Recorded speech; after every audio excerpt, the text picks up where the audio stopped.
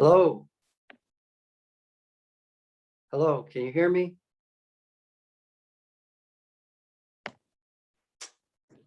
Vince, I can hear you. Okay, you can hear me. Good, good. Yeah. How are you, Mr. Winowicki? I'm doing good. How about yourself? I'm doing well. Thank you very much. Thank Awesome. you. I can hear.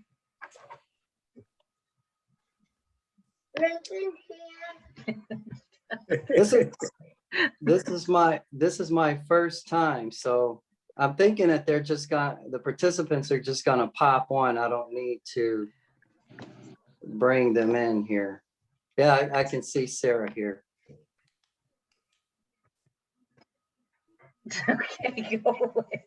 There she is. How are you? Good. Good, Sarah? Yes, that's me. Okay. It's nice to meet you. You also. I have 3 kids, so they'll be popping back in every once in a while. That's why I have Yeah. a screen in the background. I see that. I like the clouds. I like the background.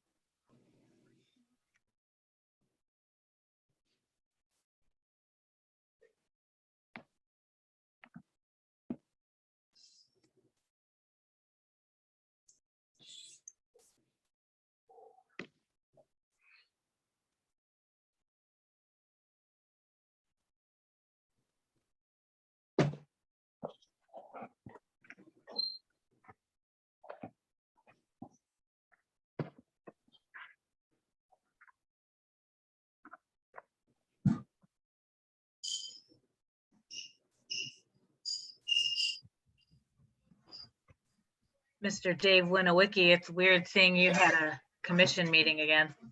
Right? It's been a while. Yeah. So what did they say? You were what did they call it? De facto commission member or Ex officio member. ex officio? That's it. Okay. I get to give advice, but I don't get to vote.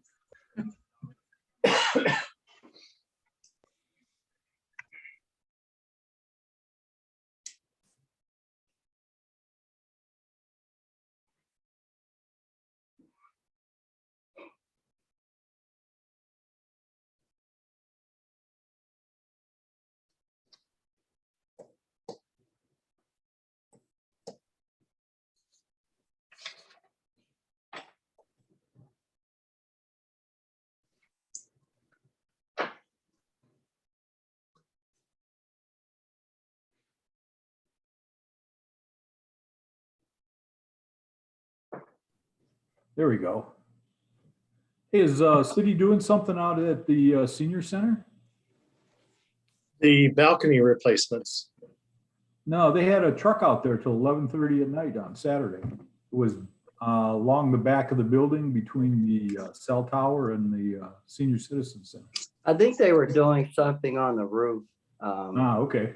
I think it might be I don't know the air handlers, but it's some roofing work that they were doing. They've been out there, I think, over the last couple weeks because they were out there a couple weeks ago. I was out there.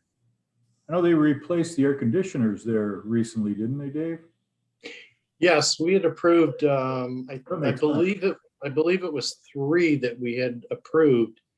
And it's quite possible that now that the weather's changed, that they came back to maybe balance the units out with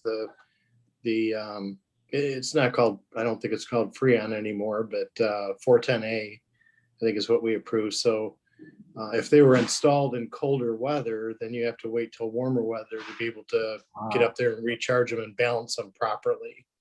Yeah, I was really surprised to see them out there that late. It was quite surprised. That makes sense, though.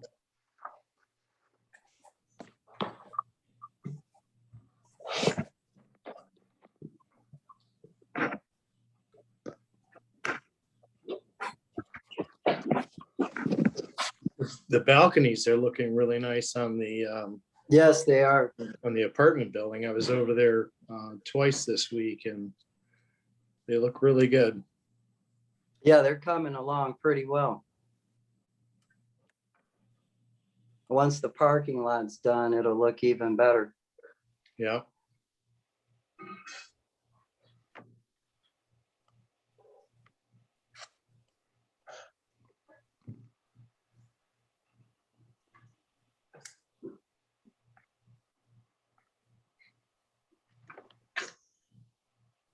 I'm looking for the little thing where I can write a little note, because I didn't want to just say this out loud, but I guess I will. I just got a message from Chris Cook that she's on vacation, and this was planned before she was on the board, so she has to be excused. Okay, thank you.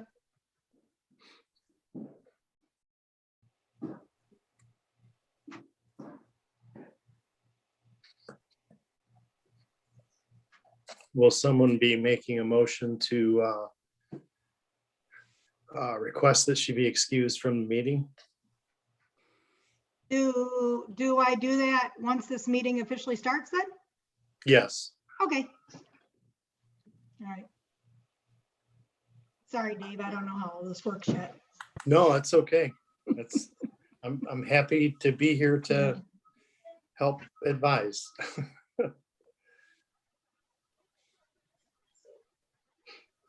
If a motion's not made to excuse, then it goes down as an unexcused absence. Sort of like school, you get a little mark, you know. Right, okay. I've never seen that on the agenda or on meeting minutes that they were unexcused. Yeah. Actually, I've only seen not present. Right. Ah, okay.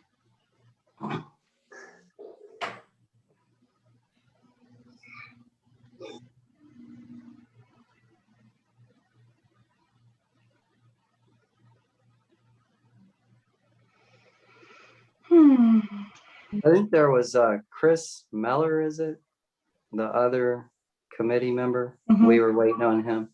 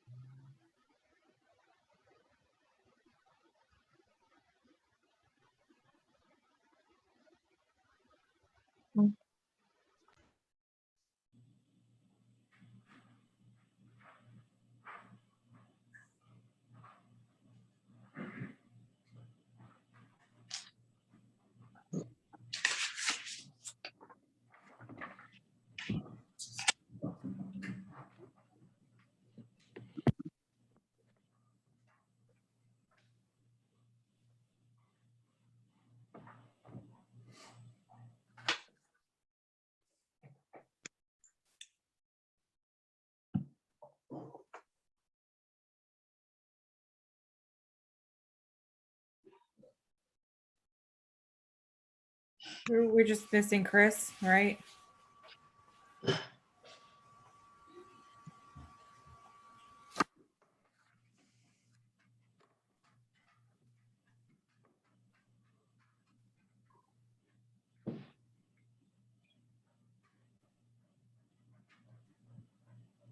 Do you still have one vacant seat? Yes. Well, the good news is you do have a quorum, so. We do, and we do have someone who applied. She's here. Hi. Hi, AJ. And I was gonna talk about that after we started the meeting.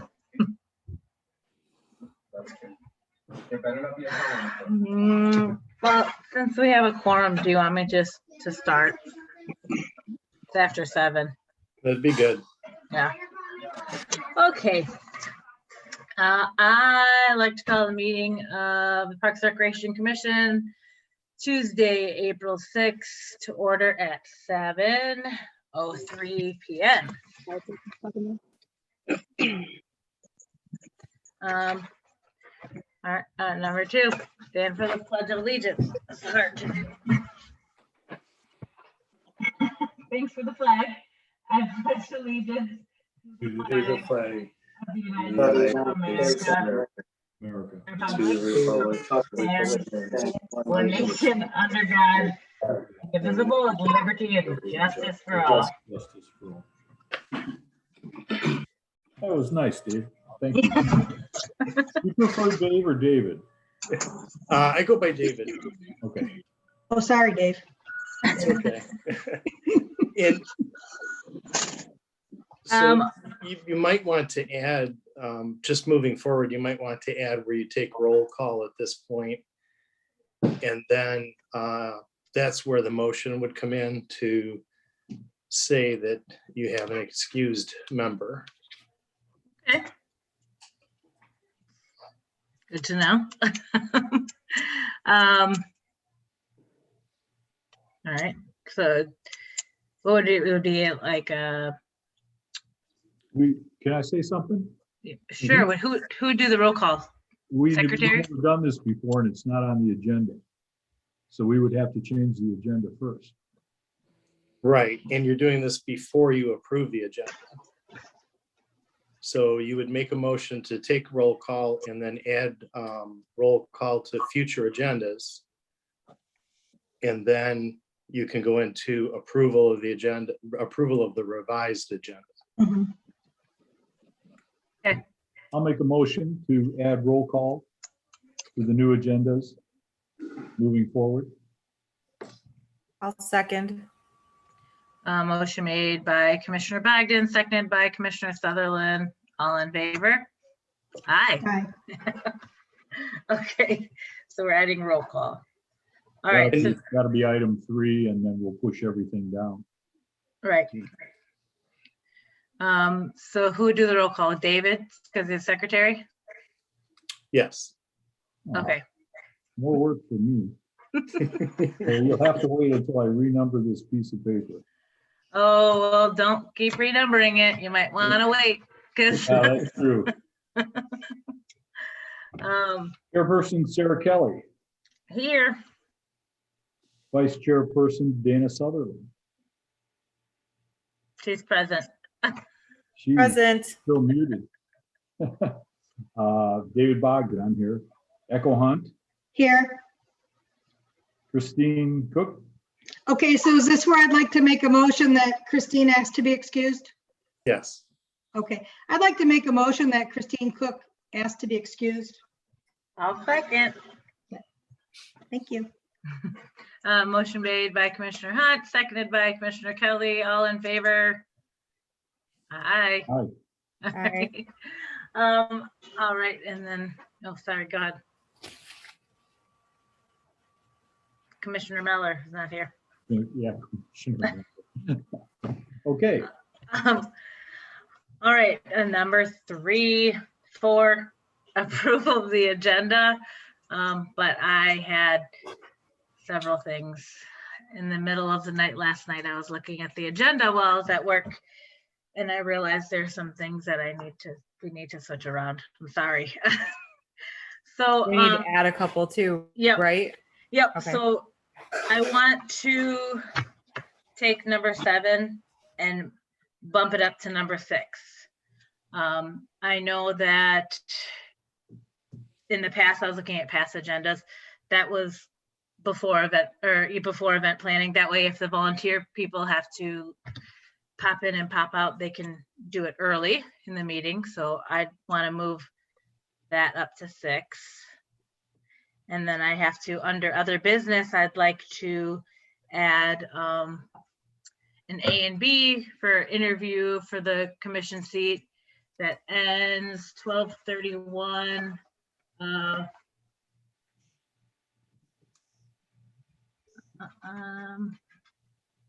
2022, and then a motion to recommend council.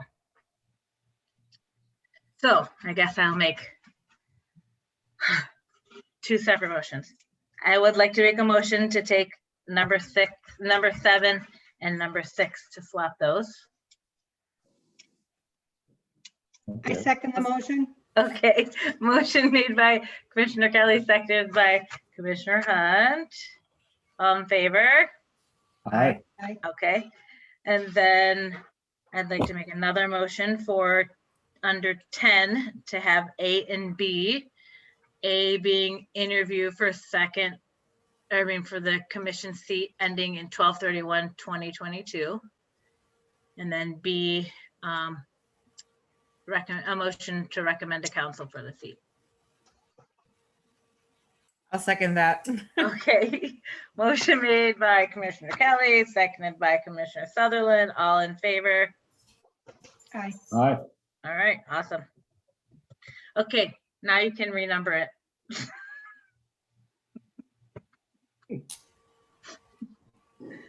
All right, so we're at number 4.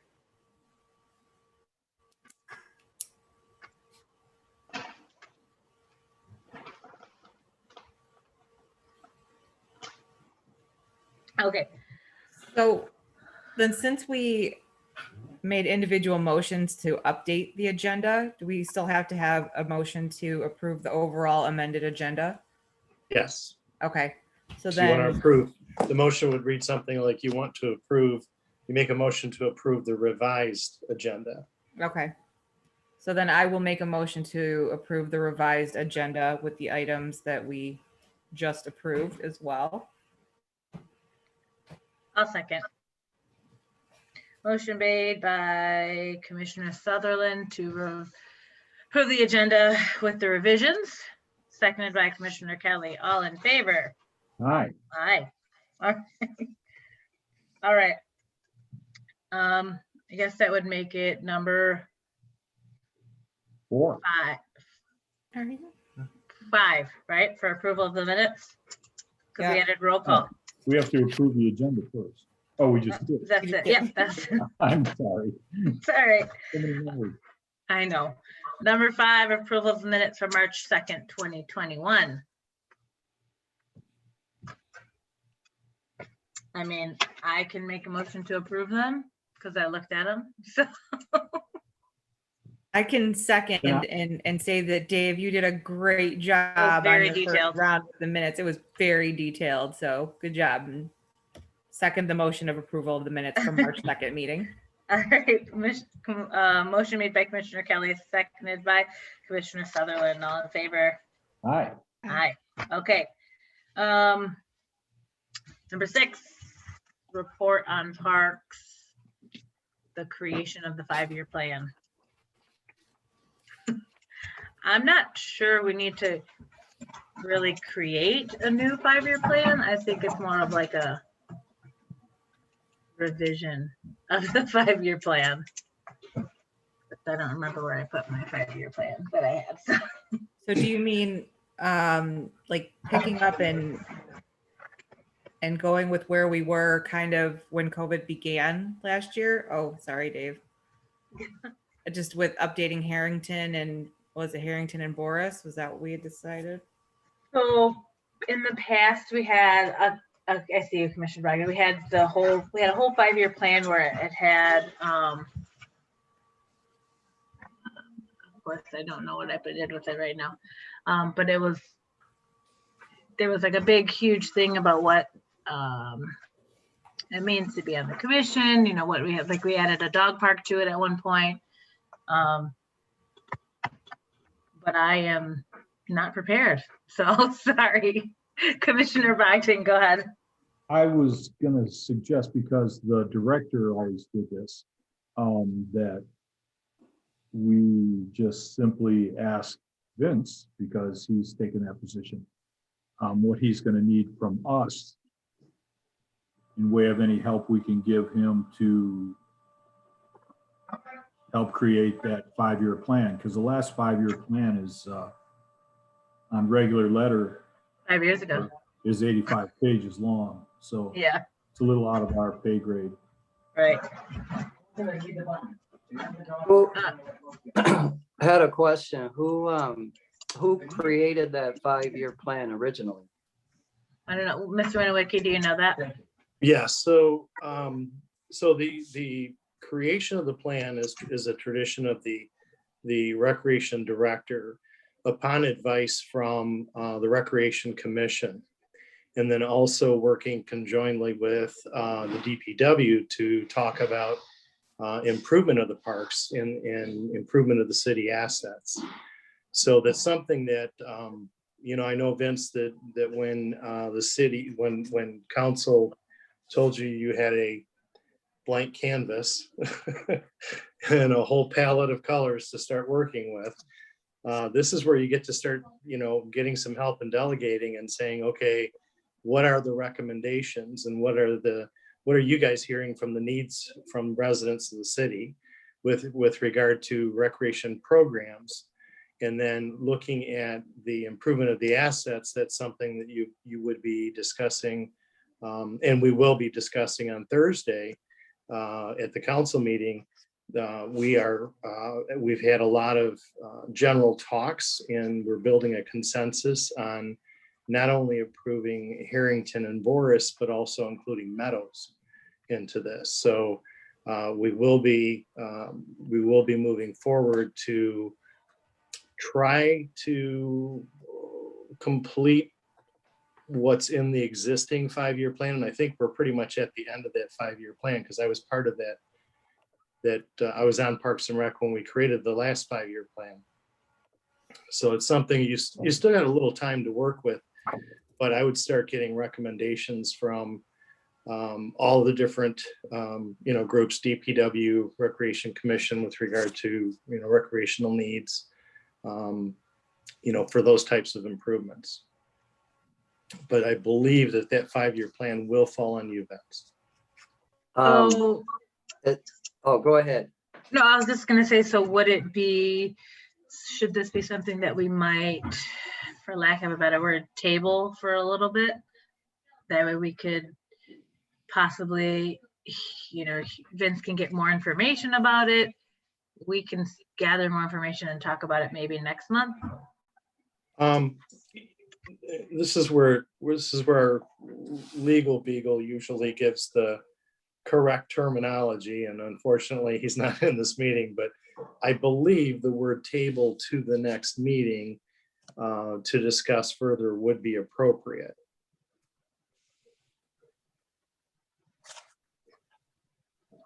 Commissioner Bogdan, did you have something to say? Sorry. Well, it's up June 31st, so July 1st it has to be prepared. So, yeah, I don't know. I don't know what Vince's timetable is, but I don't know. So- What to say. That isn't a lot of time for him to create this report. So maybe you can take that back to City Council, and maybe they'll extend that date a little bit. Was there a specific, looking at the past, was there a specific time that the 5-year plan was typically approved? So just from my own understanding, was the plan approved once per year, on a 5-year rolling look ahead basis at the same time? So on July 1st, or, is it subject to, seeing that I just came in, a few weeks ago, is it something where you can move that date, or is it what has it historically typically been a hard and a fast date? Like on July 1st, we've always had a completed 5-year plan, or has it moved around a little bit? I don't have the experience. Yeah, having only been involved in one of the 5-year plans, I can't officially answer that, but I know that with all that's been going on with the city, I believe there will be some leniency given, given especially you coming in brand new.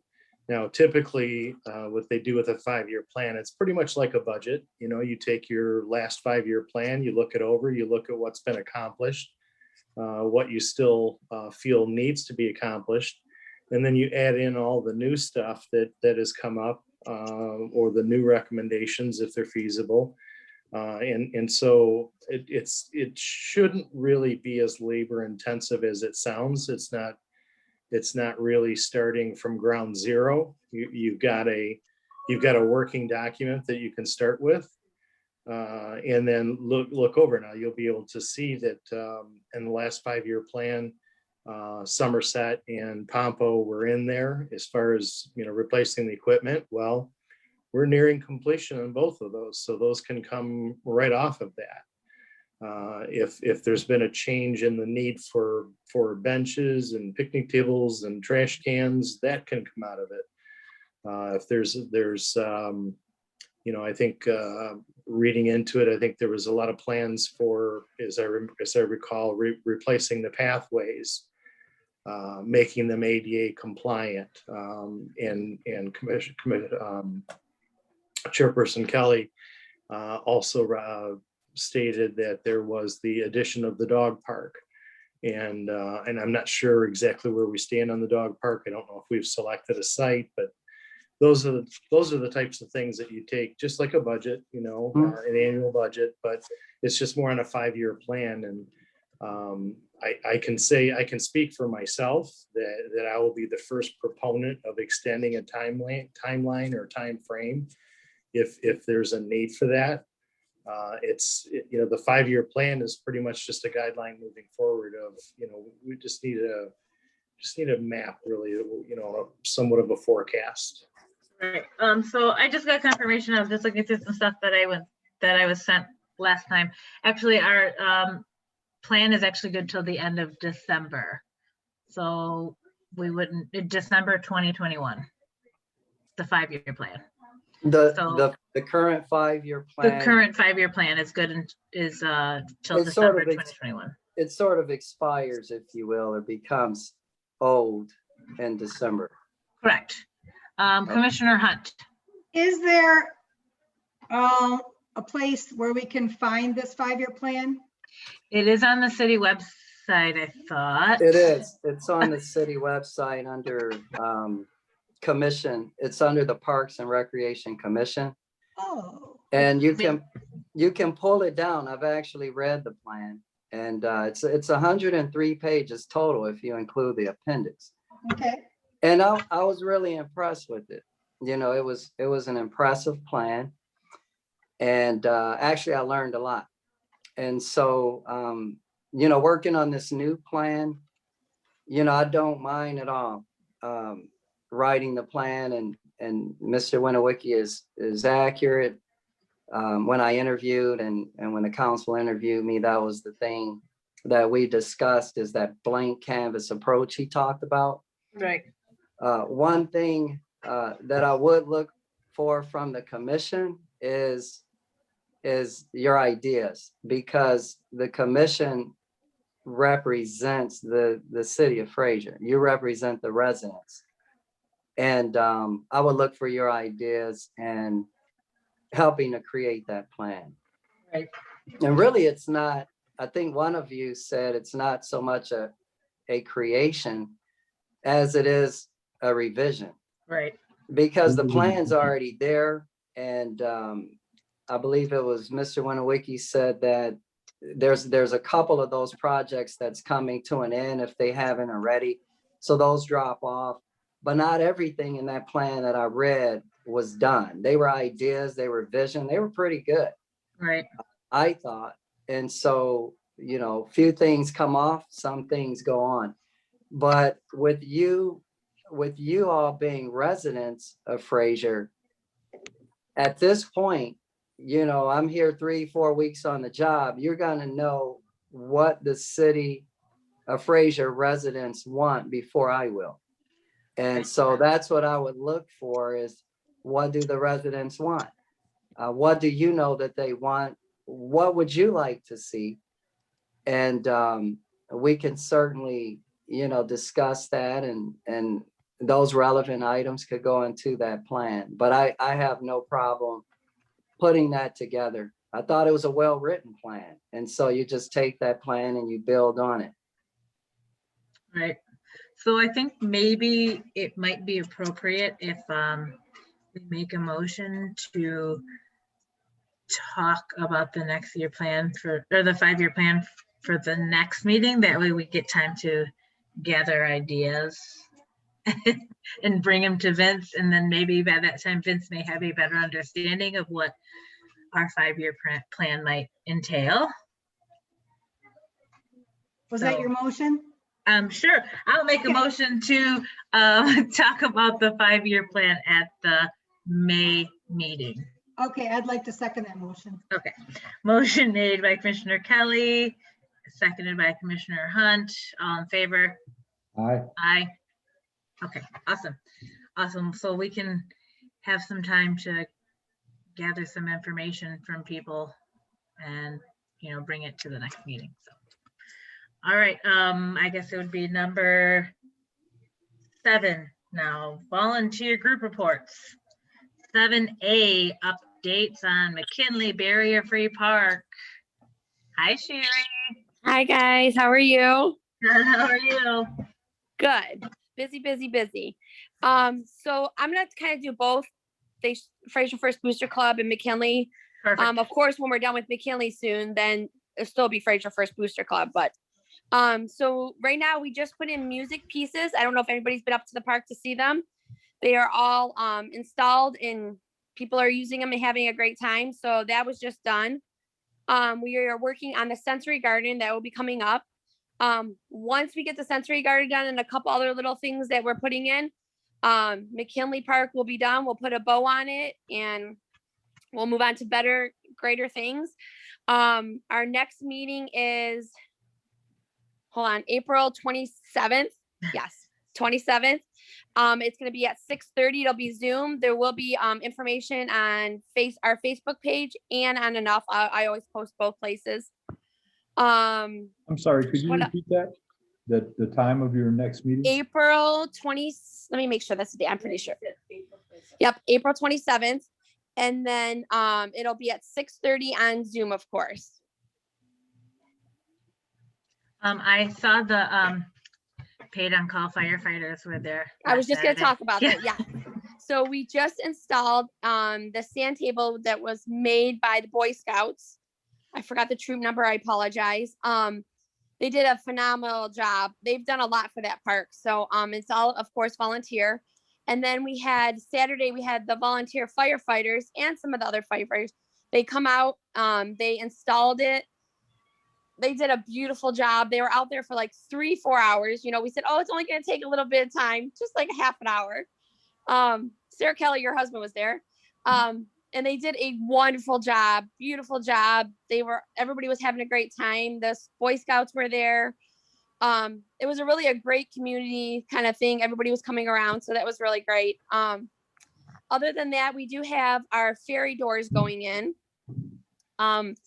Those will be going in hopefully on the 24th of this month. And they'll be at the bottom of the trees. Where all the trees are right next to all the playground equipment. We had artists make ceramic doors that look like fairy doors or troll doors. And they're going to go on the bottom of the trees. And they're going to be like they'll look like little fairy houses and troll houses. Some of the artists were some little boys and they made trolls. So we can't just make fairies either, we were told. So they made trolls, like real trolls. So that will be installed hopefully on the 24th, I think, on that Saturday or Sunday, depending on weather. I know that we have to kind of play with the weather, but other than that, we're just kind of wrapping things up at McKinley. Now we're just waiting for our garden beds to be installed. If you went out there, you can see that they're outlined and the posts are put in.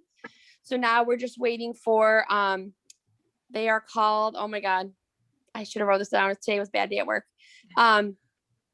Women for Humanity. They're going to build the garden beds for us and they will install those hopefully with weather.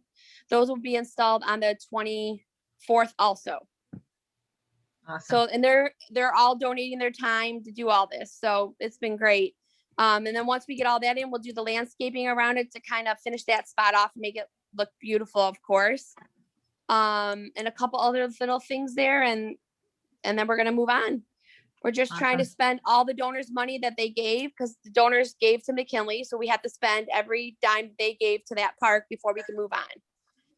So that's what we're doing. So other Awesome. than that, that's about it. It's kind of quiet right now with COVID. Yeah. No Did events you- going on, of course, unfortunately. I hope to have some kind of event once we get this done, a ribbon cutting. It'll be outside, so we should be able to have that by hopefully the summertime. So looking forward to that. Other than that, that's about it. Any questions? Yeah, did you have, as far as moving on, did you Yes. have any idea of where you're moving on to? We've kind of threw up a lot of things. Right now we don't have any idea where we're gonna move forward at. You know, like some of us say one place, some of us say another place, some of us say like try to help fix the fort, like help them make Fort Fraser even better. Some of us want to move to a totally different park. It's just going to be up in the air. I say by fall, we might have a plan. Once we just want to finish this right now, our main concern is finishing McKinley. So we don't want to put anything else out there or any other eggs in the basket, I guess you can say. We just want to kind of finish McKinley and then move on. Thank you. Awesome. Yeah. Dave, Dave, go ahead. oh, Go ahead, sorry. Mr. Nowicki. Go ahead. Yeah. So, Sherry, not Yeah. to sound like a killjoy or anything like that, but Yeah. Vince being new, the fairy doors and the trolls and things like that, Yep. and building up of the garden beds. Yep. You might want to get with Vince prior to those installations. We've already done that. We had a meeting with Vince and the city manager about the garden. Okay. And we had a meeting about all that. We kind of went over what we're doing. And then the trolls, we just have to get a permit from the city, which I think that Laura already submitted that. Perfect. Yep. I'm excited for those fairy doors. They have them all Sorry. around. They have them all around U of M hospital. So we always look for them when we go to the hospital. So. Yeah, we just got to tell the artists, it's at your own risk, of course. Things can happen. Of course, it is a park, public park. So, yep, I know that we're going to submit the stuff this week for the permit for the troll doors. And then I know we had the meeting with you and the, Vince. Sorry, Vince. And the city manager about the sensory garden. Awesome. Or the garden beds, I should say. Awesome. Thank you, Sherry. You're welcome. Any other questions? I don't think so. Doesn't look like it. All right. Thanks, Sherry. Thank you, Appreciate Sarah. it. Good to see you. Good to see you too. Moving on to 7C, Fix the Fort. I actually reached out to some of the people that were on Fix the Fort for Fort Fraser. It is kind of on hold because of COVID. They do plan on starting up again, but they don't have an official date yet. So I'll be keeping in contact with them, and maybe if I decide to get involved with that too, but I don't want to put too much stuff on my plate. So maybe I'll get involved, but I will keep in contact with them for sure. So Who is them? So Sarah? Fix the Fort is a volunteer group for Fort Fraser to try to, it's what, 20 something years old. And it's just to improve it, make it better. So, but like I said, there hasn't been much going on since COVID. So everything's kind of been put on hold. So what was planned for it? Was it just repair work or? Just like repair, raising money to help. There was a lot of stuff that was 20 years, hasn't been fixed in 20 years on Fort Fraser. So they were just trying to improve it. Okay. Commissioner Bogdan. Yeah, they really kicked off in 2019 and kind of redid everything that was wrong or anything they could at Fort Fraser because it was in pretty rough shape. So they went through, repaired all the fences, and repaired a lot of broken items because it's probably 90% wood. And then kind of stopped because of COVID. Right. So that summer of 2019, they really did a lot of work there, painting. Well, you visited the parks, all the hands and all that. That was all redone in 2019. Yep. Okay. All right. 7D, update on Fraser Farmers Market. Hi, Nancy. Hi. My internet is kind of unstable. Some things I hear and some things I don't hear. Okay. Going to read a statement here. Okay. Recently, I had my character attacked, along with other things, trying to be forced upon the market. So this is where it stands as of now.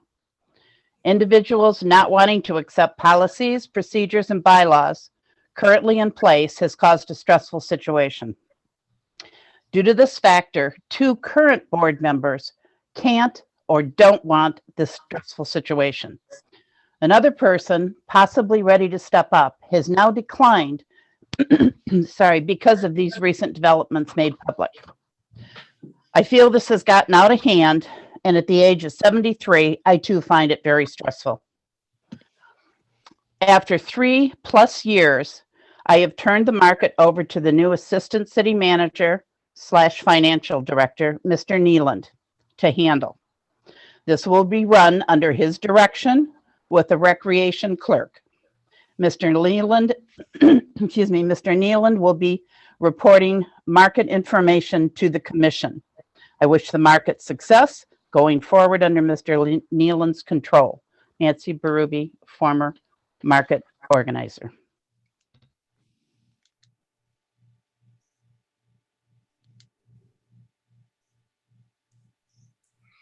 Nancy, I'm sorry that you stepped on, Nancy. You did a really great job with the farmer's market over the past 3 years. So I'm really sorry. And I do hope that Vince can make it as successful as you had.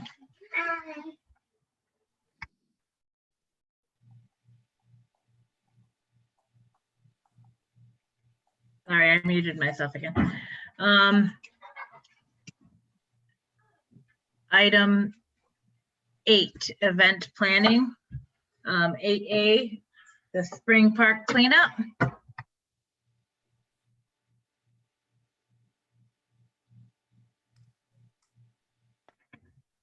I know we talked about in the past to have oh, go ahead, Commissioner Bogdan, go ahead. People that had volunteer groups that were interested in doing that aren't here.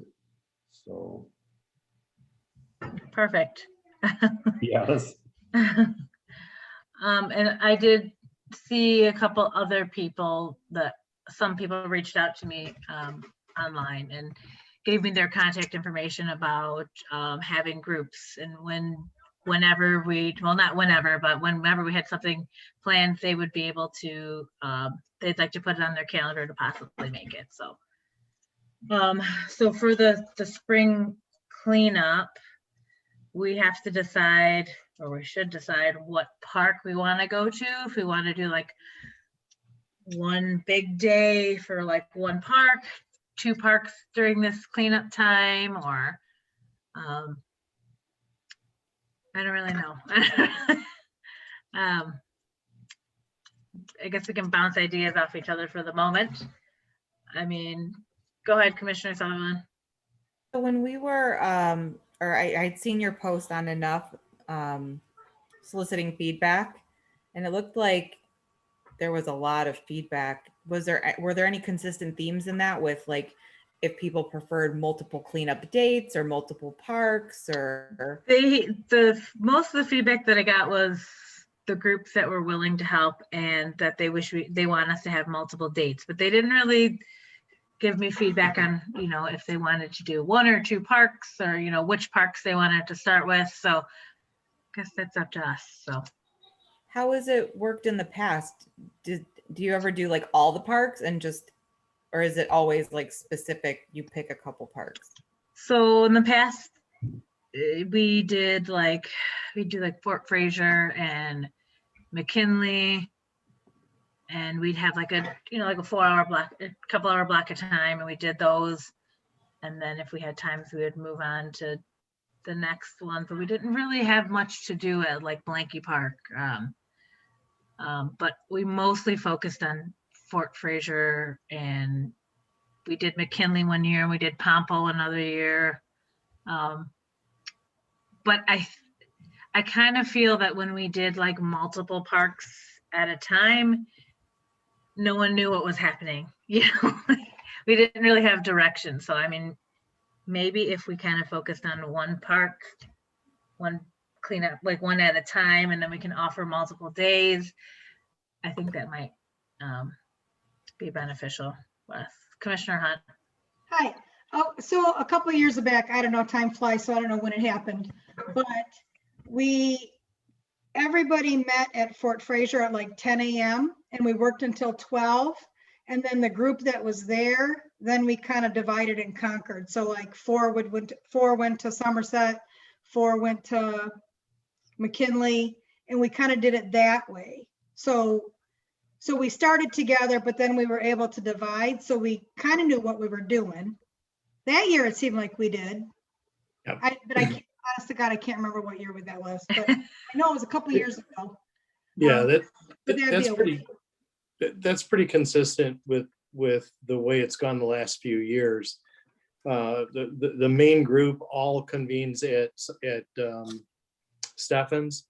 And then from there, you get to kind of pick and say, well, okay, I'll go to McKinley, I'll go to Somerset, I'll go to wherever. And you're outfitted with garbage bags.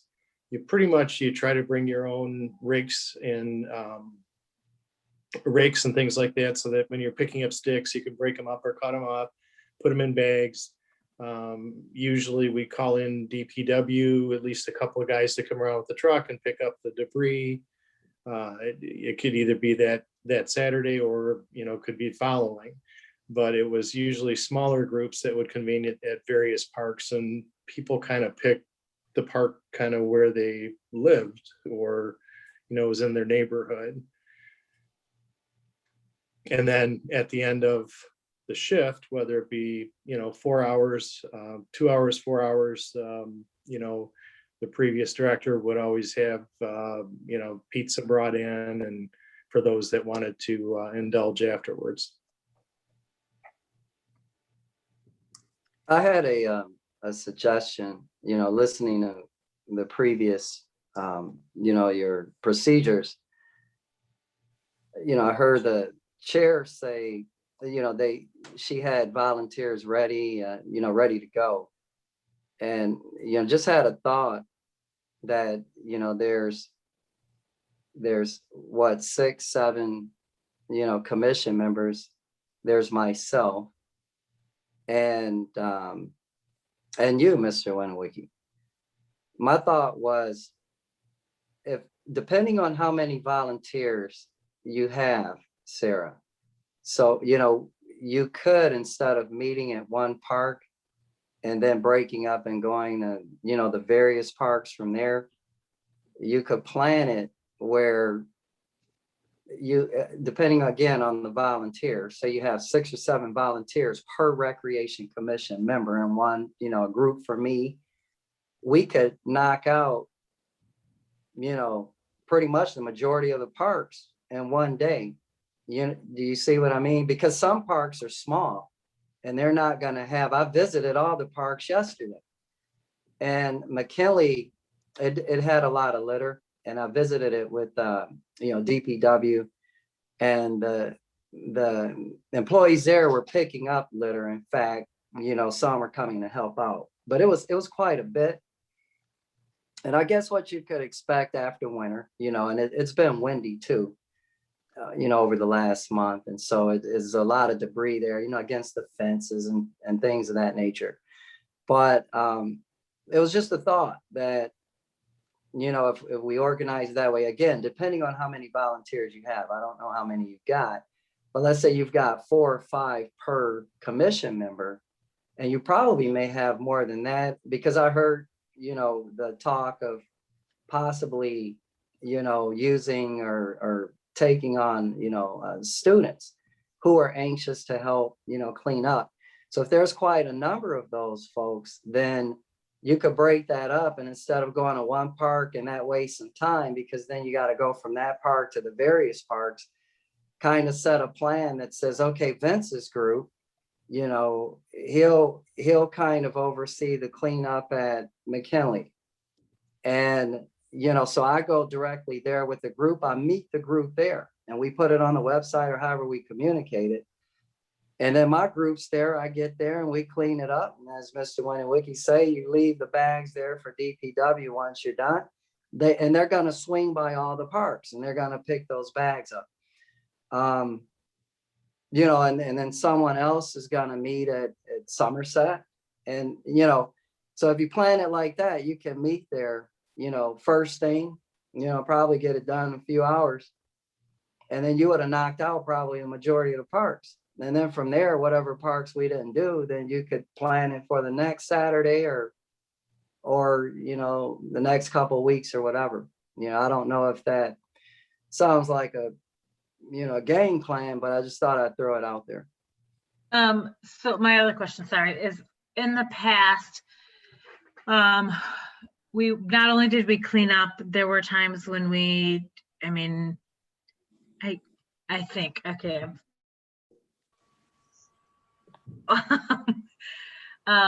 I want to say that Christina had like supplies, or like we would have, at one point I wanted to say we planned on putting like sand down somewhere and we got it from DPW, or like wood chips, or we got stuff from DPW, like supplies wise, for park cleanups.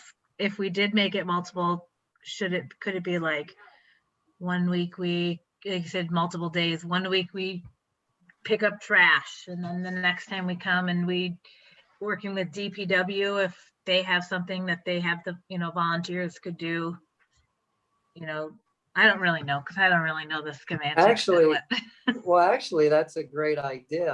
I wasn't aware that some years they got involved in, say putting down wood chips or sand or things of that nature. I thought it was pretty much just cleaning it up, but that's actually a great idea. If we have the volunteers and they're willing, and to me, it would involve kind of outlining, a plan. Like you said, maybe start with the cleanup litter, because like I say, I was out there in some parks that had quite a bit of litter. Mckinley was one. It had quite a bit. And so they may have cleaned it up, but it might be some, left back. So maybe you start there, and then as you're out there cleaning up, you're kind of noticing, wow, we need sand here, we need wood chips here. And that's the plan, each person report back to you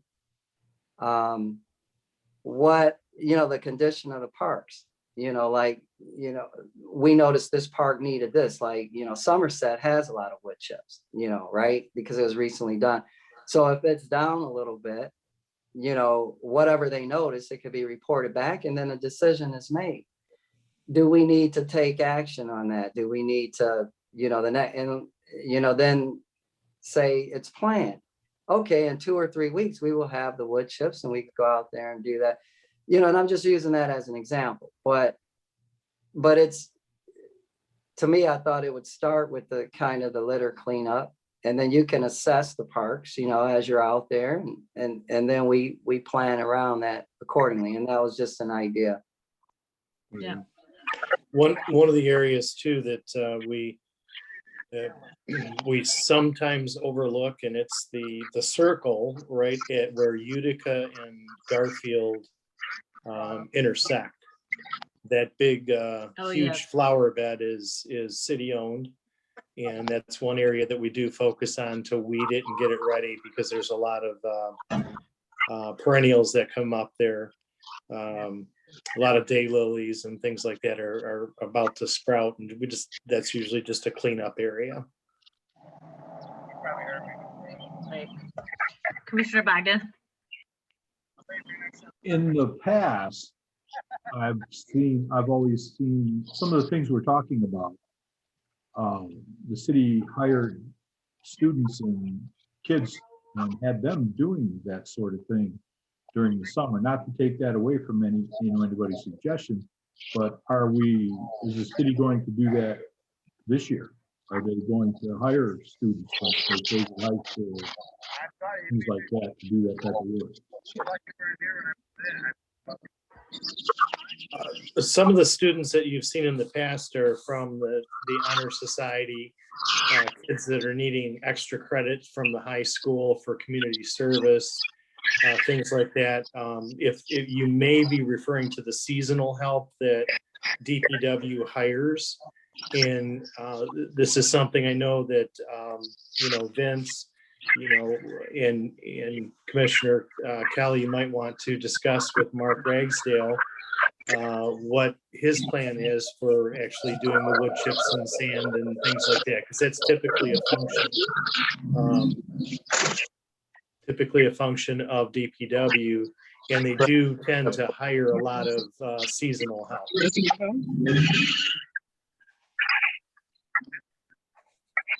There's a lot of interference coming through someone's phone. I'm not sure. There we go. Did you get all of that? Did that make sense? Oh, yeah. Dave? Yeah. Yeah. Okay. That's right. You're absolutely right. And I was going to add that because you see them riding around in city trucks. So, or being dropped off with city trucks in places like this area where Utica and Garfield come together. Mhm. And yeah, there's a lot of spots in Fraser like that could really use some cleanup. Commissioner Sutherland. So then is that something that maybe if we do decide to move forward like that, which I think it sounds like a fantastic idea, separate, dividing and conquering, that we could just create a sign up genius and put it on the city website or on the enough page or something like that, so that we would all be given a designated area and then volunteers could sign up based on how many spots there are available. So let's say you wanted 4 or 5 volunteers on a sign up genius, you can create that so that you would have however many volunteers you want under each person. That way, if it's filled, they can just go to the next one. We would have a good idea of how many volunteers that we would have, where everybody's going. We'd have somebody there that could take notes, maybe whichever one of us is assigned to each park or the Utica and Garfield intersection, that could just take notes as far as like what is needed, wood chips, sand, whatever. Maybe a big gopher hole needs to be filled. Who knows? Something. Right. I think that before we do any of that, we should probably think about a date. What dates? Would it be like a Saturday, a Sunday, or 2 weekends in a row? Or I like the 2 weekends in a row because that gives people options. me too, and I usually work on the weekends, so at least I can get some weekends off. It's staying lighter out though. Maybe that's good feedback. Maybe we should have one like on a weekday, like on a Thursday evening or something. Yeah, I could see that too. All right, let me check my calendar. So do you want to do it like in May? Hmm. Okay. Mm. Yeah, I I'm mean, sorry, I'm having some foot surgery on April 26th. Oh, okay. So I am available the 17th, the 24th, or any Thursday in April that you say, Okay. except for the 29th. See. I don't know, I feel like that might be Too soon? What? maybe too soon, but I don't know. All right. We could, I don't know. I kind of like the idea of sooner too, but just Yeah. Based on what Councilman Winowicki said with the just things starting to sprout, yeah, because by the time May comes, it's full blown, and then we're going to be out there with machetes and big nets and stuff trying to get everything all cleaned up. So I like the idea of maybe toward the end of this month, personally. okay. Do you want to do it on try like a Thursday night and Saturday? Hey, April 22nd is a Thursday and it is Earth Day. Ooh, Oh, I would advise making sure that someone looks at the weather maps and creates a rain dates. that's too much work for me. You're getting into the month of April, and we all grew up with April showers bring May flowers. So Right. My We could- weather doesn't go that far. My weather only goes to like the 15th. So Well, I would suggest, like you set it up so if it's like April 22nd, the rain day would be the 29th. Saturday, the 24th, Oh, I was thinking like the following week. Thursday. Oh, okay. Weather Underground is a site that in my business I use frequently. they seem to be, and they have been for me historically, extremely accurate, more so than, weather.com and things like that. Weather Underground was formed in Ann Arbor and has since moved to California, but you can get historical information, you can get forecast information, and they've been, for me, at least in my business of what I had to forecast, they've been far more accurate than any TV news site or any other weather site that I've ever gone to. Okay. Um, Go ahead, Vince. I had just a couple comments. As far as one of the reasons I suggested, the commission, and then I would be involved as well, is oversight, so to speak, because I would imagine that the volunteers coming out would probably be wearing masks. They would, be separate, not on top of each other. I mean, depending on how many people you have, I know you're outdoors and everything, but that they're not, outdoors, no excessive horsing around, or, you know what I mean? When you have the commission members out there, they're kind of the supervisors, so to speak. You see what I mean? And so you're kind of monitoring that the work is getting done and that, it's done efficiently and effectively, and then, but just kind of monitoring. And so that's why I like the idea of having one commission member at each park and me, and then the volunteers. You're just sort of supervising that it's done. The other thing is thinking about we talked about wood chips, sand, and those were ideas. But I guess I want to put out there, if it's if it's something that is in depth or start, it's kind of a big thing, a little bigger than a volunteer out here doing it. It's probably DPW. You know what I mean? If it starts to get big, it's probably something they can handle. So I guess what I'm saying is we would have to identify after the litter pickup, I would think, okay, what else did we notice out there at that particular park? And that commission member could bring that back. And if it's relatively easy, it sounds like from what I'm hearing, they did a yeoman's job at Fort Fraser. Those volunteers sound like they did a good job, painting and stuff like that.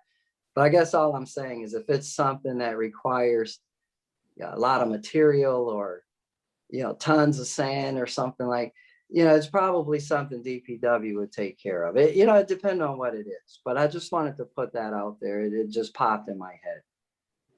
Right. And to go along with that, that would also assist you with your 5-year plan, that if someone's visiting a park, a particular park for the first time,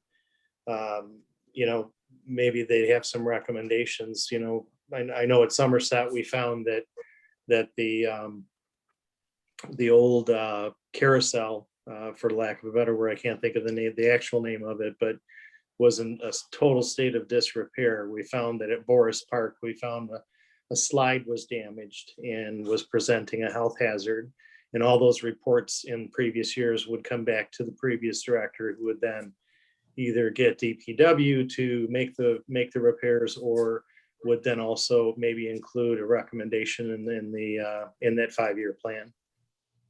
Okay, that's a good point. Thank you. Good point.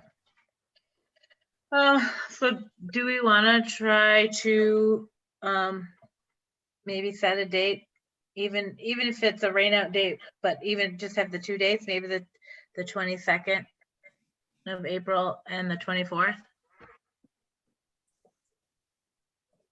Okay.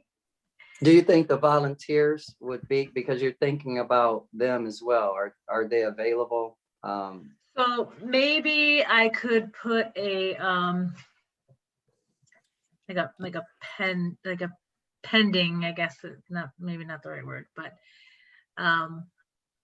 say we plan on having this, but if nobody's available for those dates, then maybe we kind of pick a new date. But like you guys said, the sooner the better, because who knows what's gonna happen soon. We're gonna have some jungles out there in all of our parks, so. And the trash underneath all of it, so. Commissioner Bogdan, go ahead. This question for Vince. Are you familiar with Fraser's Parks and Rec Facebook page? Am I familiar with it? Not intimately. Okay, so you know it exists. Yes. Do you know what, if it was Sign Up Genius that I think we had an account with, either that or there's another one, Sign Up Monkey. Do you know which one we were using or which one Christina was using? No, not right off. I don't. Okay, thank you. Sorry I interrupted that. No, it's okay. Because if we're gonna use a survey and social media, it'd be nice to have access, someone have access to that Facebook page so they can post. Yeah, it. I can look into that and let you know. I can let you all know Wonderful. what exactly it is we have. Okay. And that's something, by the way, I noticed in the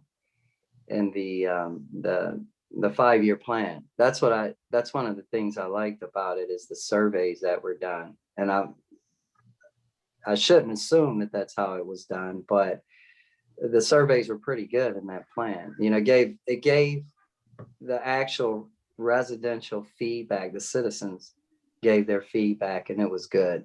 How it was put together, I like that. But yeah, I'll find that out. Okay. Commissioner Biden, go ahead. If we go forward making surveys, the one thing I noticed in there is surveys from year to year are different. Could we use the same surveys we used previously so we can track changes over time? Just a suggestion. You don't have to answer that yes or no, just something to think about. That makes you have- sense. Yeah, it makes a lot of sense. If you ask Yeah. different questions every year, you really can't track what's going on. So a broad survey. Right. Yeah, like for change. not to, but to that point, that's a good point, because if, it depends on the survey question, right? So like if it's a question, and I'm just gonna throw this out there. How do you like visiting our parks? And that's just a question just popped in my head. But that question should probably be the same every year, right? Right. And it won't be exactly that question, but those types of questions. And then I was thinking there will be some questions that are relevant to things that we did that changed in that 5-year plan. Do you know what I mean? So if we did something that was new, that wasn't part of the past, you're gonna want to probably ask that question as a survey, and it won't be the same as the others. And it might be a one-time question based on a project or something that we did. So it would depend, but I definitely agree that many of those questions should be the same year to year, like that you saw in the current 5-year plan. I think they should be in there again, depending on that question. If they're common questions, we want to know. Right. Because if they're not happy, they're going to let us know. And as Mr. Bogdan said, then you're going to know that our service in that particular area failed a little bit and we need to do something about it. So I agree with that. Right. Commissioner Sutherland. So then I think maybe we might be at the point where it's time to make a motion. So I would like to make a motion to tentatively schedule Tentative, that's the word I was looking for. I'm sorry. tentatively schedule this year's park cleanup for Thursday, April 22nd and Saturday, April 24th. Commissioner Kelly, if you need any help putting a Sign Up Genius together or anything else, because this can be a pretty big undertaking, let me know. I'd be happy to help you, and then feel free to assign me to whatever park you want. Okay. I'll go wherever you want me to go. All right. I guess I'll second it. Motion made by Commissioner Sutherland for a tentative park cleanups of Thursday, April 22nd and Saturday, April 24th. I'll second it, I guess. So seconded by Commissioner Kelly. All in favor? Hi. Aye. All right. Awesome. And hopefully we can gather information, try to get the word out and see where we have to go for there. 8B park repairs. I think that's gonna kind of go with the whole park cleanup, or, I mean, I know Vince did see the parks. I don't know if he noticed anything. So go ahead, Commissioner Bogdan. I'll go out beforehand and visit some of the parks and take pictures like I did 2 and 3 years ago and send them in a PowerPoint if that would help. Sure. Just throwing it out there. Okay. Did you, Vince, when you went to the parks, did you happen to notice any like big park repairs, or did you know, I don't really know. I think that may go along more with the spring cleanup when we kind of look and evaluate then. Yes, the parks were in relatively good repair. Now each park is different, right? Some parks are very small and it's not much, to go wrong. Somerset, for example, you've got work that needs to be done where the path leading to the park from the parking lot's damaged. So, that's gonna have to be repaired, eventually, things like that. But for the most part, they were in good repair. Some dead trees that are gonna need trimming, and, it's something DPW can handle, and they've been doing to clean that up and mitigate the risk of liability there. But, overall, they look like they were in relatively good repair. And with that, we're already talking about the overview of it, so I'll keep going on that. One thing that we did just yesterday is opened up the restrooms there at those parks that have restrooms. Let's turn the water on. And we're working on replacing signage at the parks. So that's something that I'm gonna, I've taken honest of, and we're putting out bids to at least three contractors or vendors to just get quotes on what the signage will be.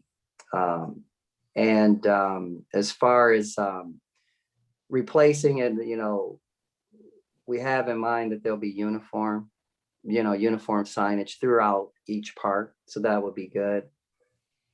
And some of the signage will be at access points where there are no signs currently. So some of the parks, as you come in, there's walkways. Some parks have 3 or 4 different entrances, and not every entrance has a sign.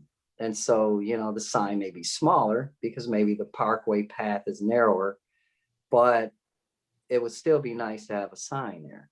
Mhm. And so that's what, we're working on and thinking, and want to take to council for approval. But we're looking at that, replacing the signage and, making it look, because the signs they're all different, they're aged.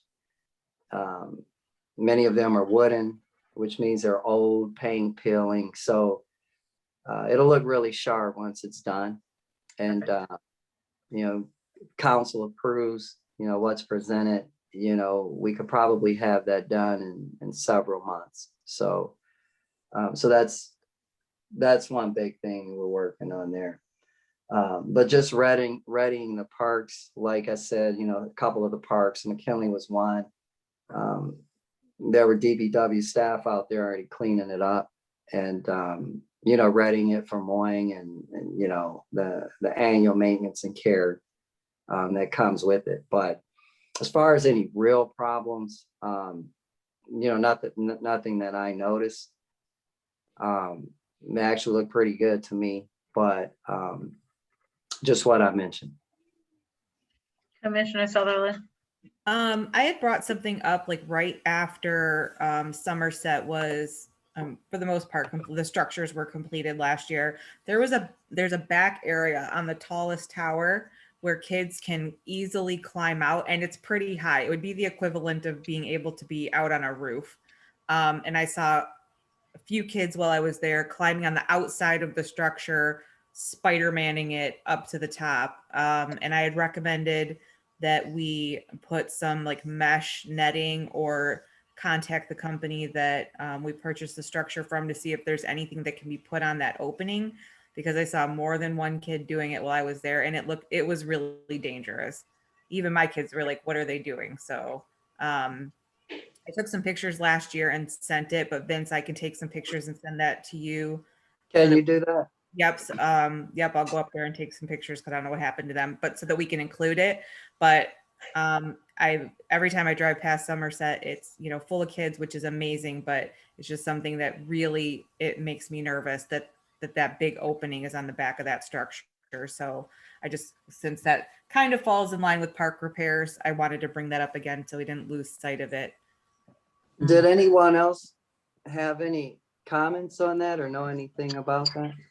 So I don't know much about I see how tall it is, Dana was saying, but I was gonna say there was an incident at Somerset Park not too long ago where a little kid, there's a gap in some area of the place, a child actually got caught in it, and they had to call, I think it was the public safety, and a couple neighbors and public safety helped kind of get the girl's leg out of that area in Somerset Park. I'm not 100% certain like where it was. I just remember seeing the pictures and the posts online. So yeah, it probably is actually right below the area that I'm talking about that's wide open. So maybe there's something that we can ask the vendor about when we talk to them about maybe putting something like that over that entire section. Can you send me pictures of that, and I can go out and look at it also. Mm-hmm. Thank you. I can speak a little to that incident. There was, yes, a young child did wedge their foot and leg into between a platform and the framing. Public safety did come out. They had to use, I'll call it the jaws of life, to bend the structure a little bit to get the child free. They did get the child free. The vendor was called to come back and see if it was still within tolerances or if it needed to be replaced or repaired further. And the vendor confirmed everything was okay with the structure after they were done.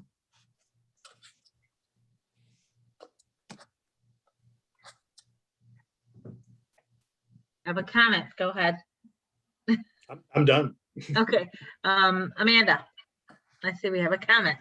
Oh, I wasn't sure if I did the hand thing right. I was just gonna say I saw the same thing with at Somerset with the kids climbing on the outside of the structure, and you know, it really freaked me out, and there were no parents.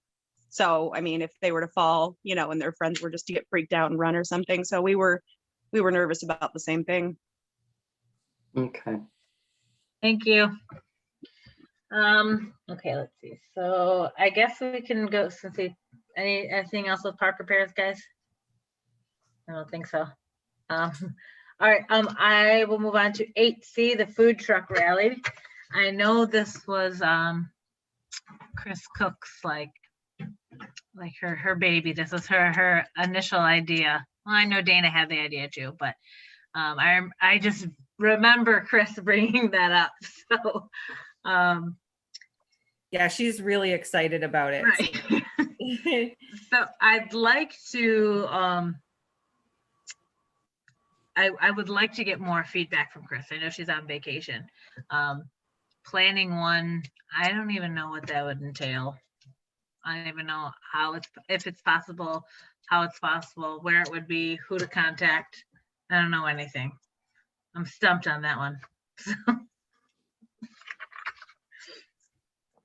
So I don't know if we should wait and get some more information from her on, like, you know, or if anyone's done it before. Dana, have you done anything like this before? Mm-hmm. Yeah. Well, good, because I have no idea. I just eat at them. I don't plan anything else. So I mean, what we could do so that we don't potentially have to wait till next time is, I believe, someone can make a motion for a subcommittee, right? And then that way, Chris could, wouldn't have to wait, and we could get some ideas going and, have a date maybe to present at the next meeting, but that way we wouldn't have to completely wait. So that way, if there's a subcommittee, everyone doesn't have to be involved in the whole thing, but can have feedback and participation in it. I like that idea. So- And I'm waiting for your motion. Okay, so I'll make a motion to form a subcommittee for the food truck rally, where all items are tentative in regards to the food truck rally. But all right, Awesome. I will. Second the motion. Okay. All right. Motion made by Commissioner Sutherland to make a subcommittee for the food truck rally, and seconded by Commissioner Bogdan. All in favor? Aye. All right. Awesome. You're gonna head that up, right, Dana? Sounds like a really great Dana project. what? I will be a member of the subcommittee, but honestly, Chris is so excited. No, I know. You know what I mean? Like, yes, I'm definitely willing to help. And I love food, clearly. So I'm definitely willing if there's some sort of taste testing that needs to be done, or, I'll be right in line with you. cognizance work. Yeah, I'm all in. But if she wants to head it up, like, I don't want to take it. I want her to, I want her to be able to do that, but I will definitely help. Perfect. In the way that she needs. Awesome. All right. And then I'll message her. One of us will message her and we'll talk to her about it. All right. I guess we're at 9A, overview report of Parks and Recreation. And this is where Mr. Vince gets to take the floor for 9A, structure of Parks and Recreation. Yes, and I mentioned, I dived into that a little bit with the parks, as far as the parks themselves. As far as recreation, I was actually out there today, at the recreation center, and that was my second time. I visited, I think the first week I started, and with the recreation center,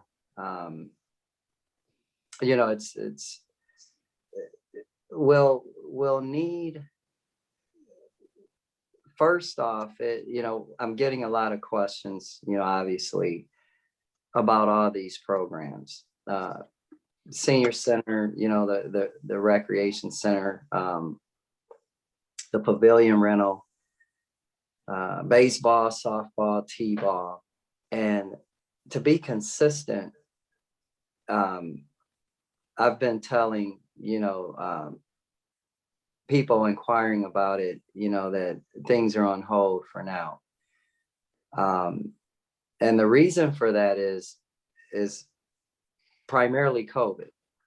The numbers are going the other way, and which has surprised us all, I'm sure, because coming into February, into March, we're probably all thinking, vaccinations are coming and weather's warming up and numbers ought to be coming down. Well, they're going up. They're going the wrong way. And in fact, Michigan's number one, in the nation, 9,000 plus cases a day. So with that, it just doesn't make any reasonable sense to start opening things up. And many of these programs can't be monitored or enforced. So say, for example, pavilion rentals. I looked at I'm familiar with the pavilion rental, sign up sheet and whatnot. And like, for example, Fort Fraser can have as many as 70 people, in the pavilion, it's as many as that. And a couple other parks are 30, I think it's 30 people max. Well, the thought is, who's going to police that?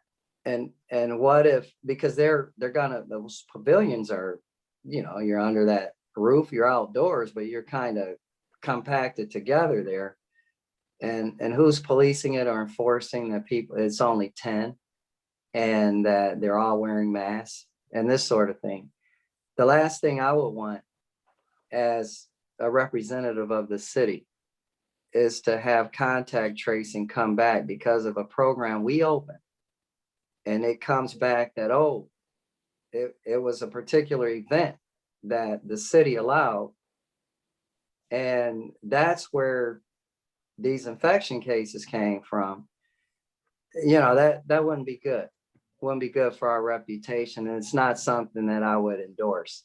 So I'm asking for, patience, as far as from the residents and, the city. And I understand. I get it.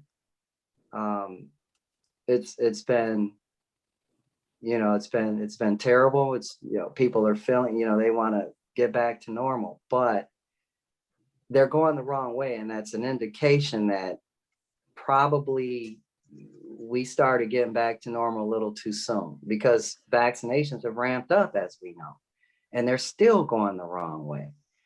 And so in my mind, these programs probably, it's a monitoring thing. So what I'm telling residents is until further notice, they're on hold until further notice. Is it possible that we could open up, in a few months? Yes, it's possible because I'm looking at vaccinations.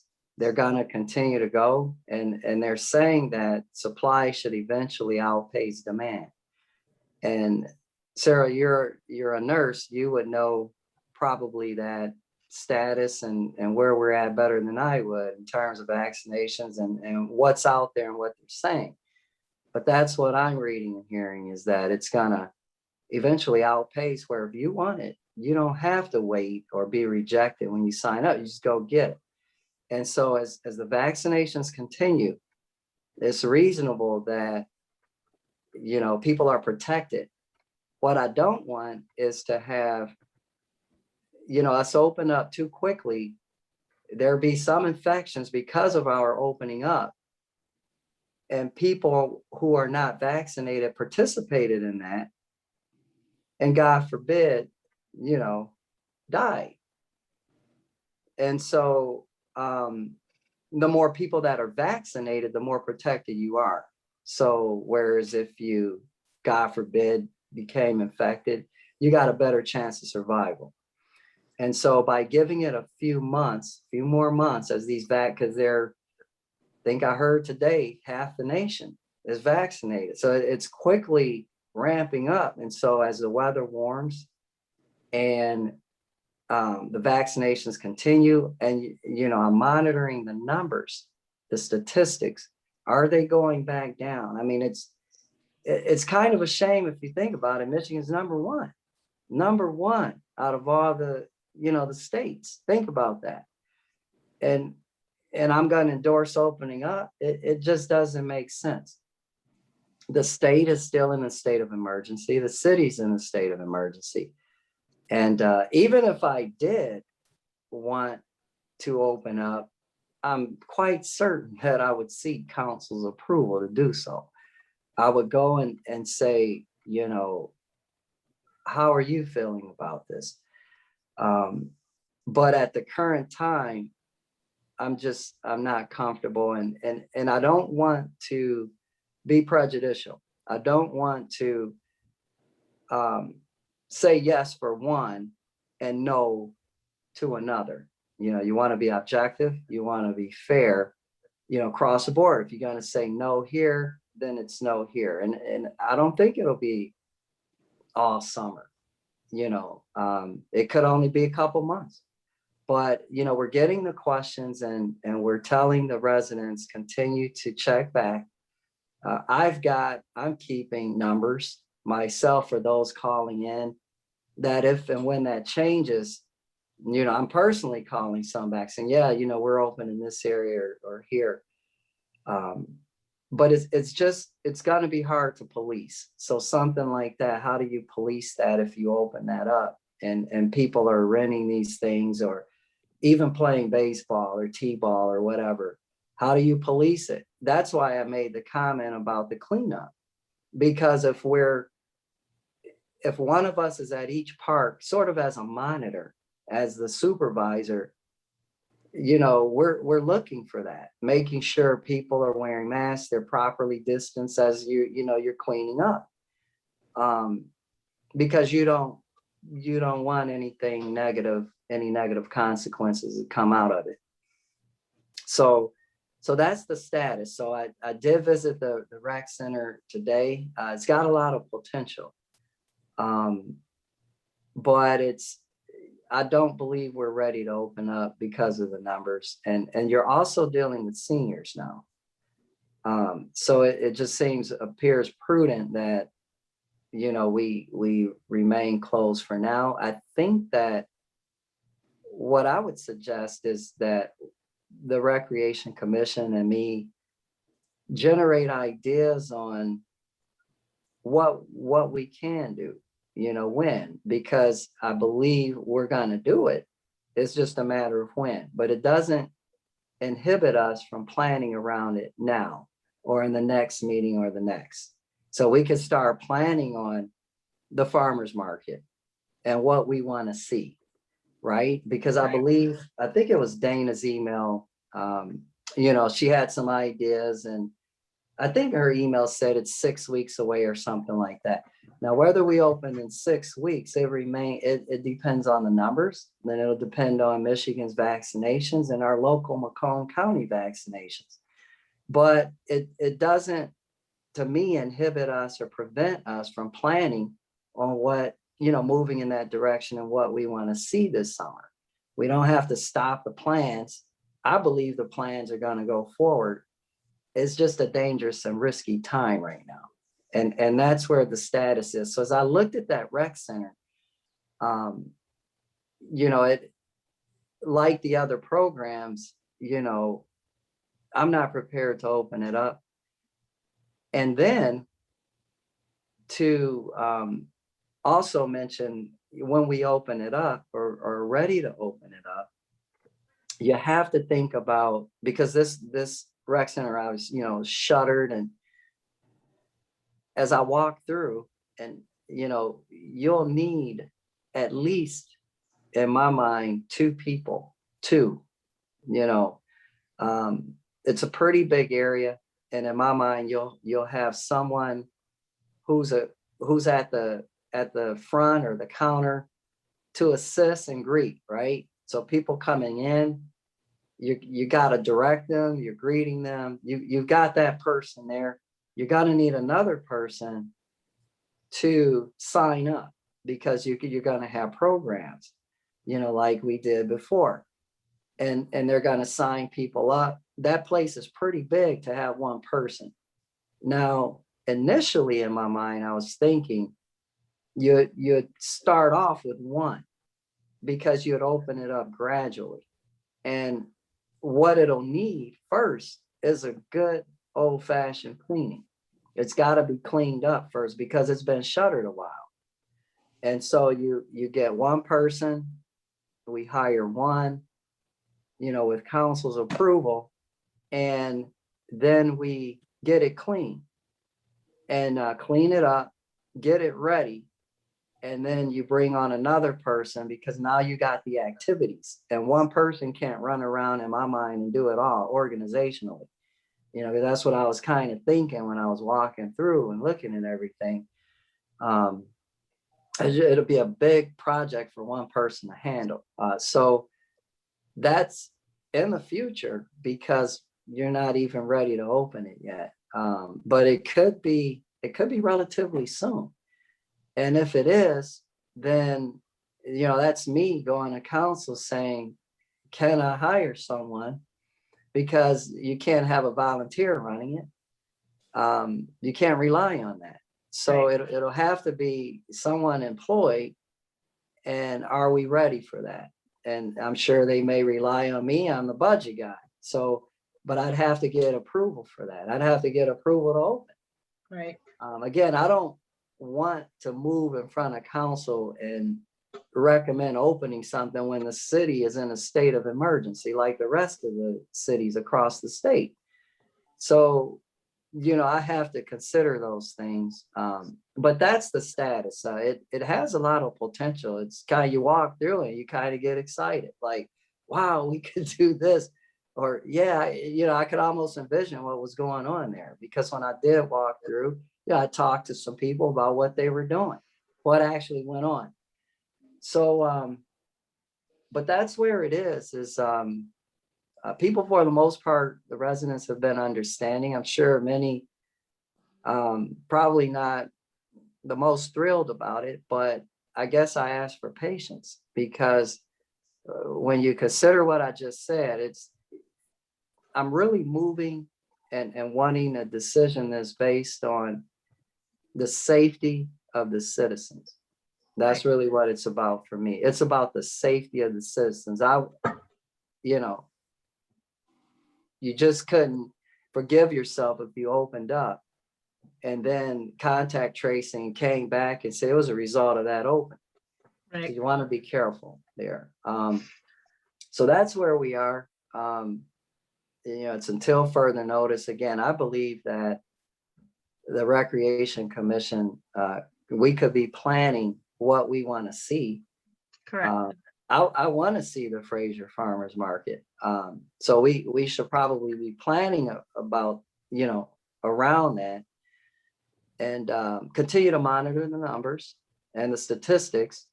And, once we see things coming down and we see, more vaccinations and, they're reporting those numbers, then perhaps we can get approval to reopen and, make it more normal. Small items and small things like the Meet the Bunny, it was fun. I attended it. And, but you had three, if I recall correctly, 3 commission members there. So, you had people there monitoring the crowd. They were there. I was there. The mayor was there. Mr. Winowicki was there. You had plenty of us there. Everybody, they were wearing masks and things like that, and people coming and going. But we were all there though. But if you rent a pavilion, I'm not there. You're not there. Police aren't there. Who's to keep somebody from, if I do rent out and there's 30 people and I say, hey, you can only have 10, we're cutting it down to a third, and they bring 30 anyway because it's on a Saturday or I'm not there to, and then something happens. So that's the reason for the thinking. That's my rationale. And that's the status of the programs, today. So I'm happy to take any questions from, the commission or any residents who might be tuned in. Go ahead, Commissioner Bagan. As of April 5th, 40% of everyone in the US, adults, have received at least one COVID vaccine shot. 70% of all seniors. In Macomb County, a week and a half ago, CGN ran an article and said over 50% of the seniors. This is the full schedule from Clinton Township for senior activities. This is the full schedule for Roseville for senior activities. This is part of the schedule from St. Clair Shores for senior activities. Every senior that gets vaccinated gets one of these. Our senior center is for seniors 50 and over, activities only. It has to do with the bond that was received. Otherwise, we'll lose the senior citizen center if it's not 50 and over.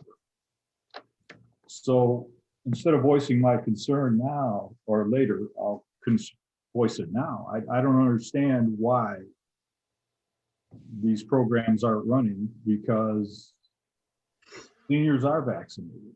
I think I can answer that. Require vaccination for seniors. I'm vaccinated. CDC says I can jump on an airplane and fly somewhere.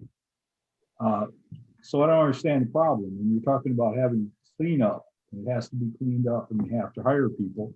When you go to the city council in 2 days, you may ask them what the problem is. You know, I know you've only been here 2 or 3 weeks, but there seems to be an issue. You can require vaccination, you can require masks, you can require social distancing.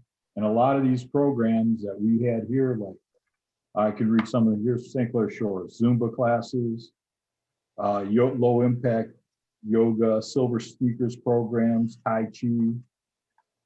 Now you got to remember that Clinton Township, Sterling Heights, Fraser, all of them are, Roseville is 9 square miles. That is double the amount of Fraser. Well, They have more funds. They have, they have they have more resources than Fraser does. Oh, yeah. There's no doubt about it. But all these trainers came to Fraser also that did these classes. The city isn't doing the classes.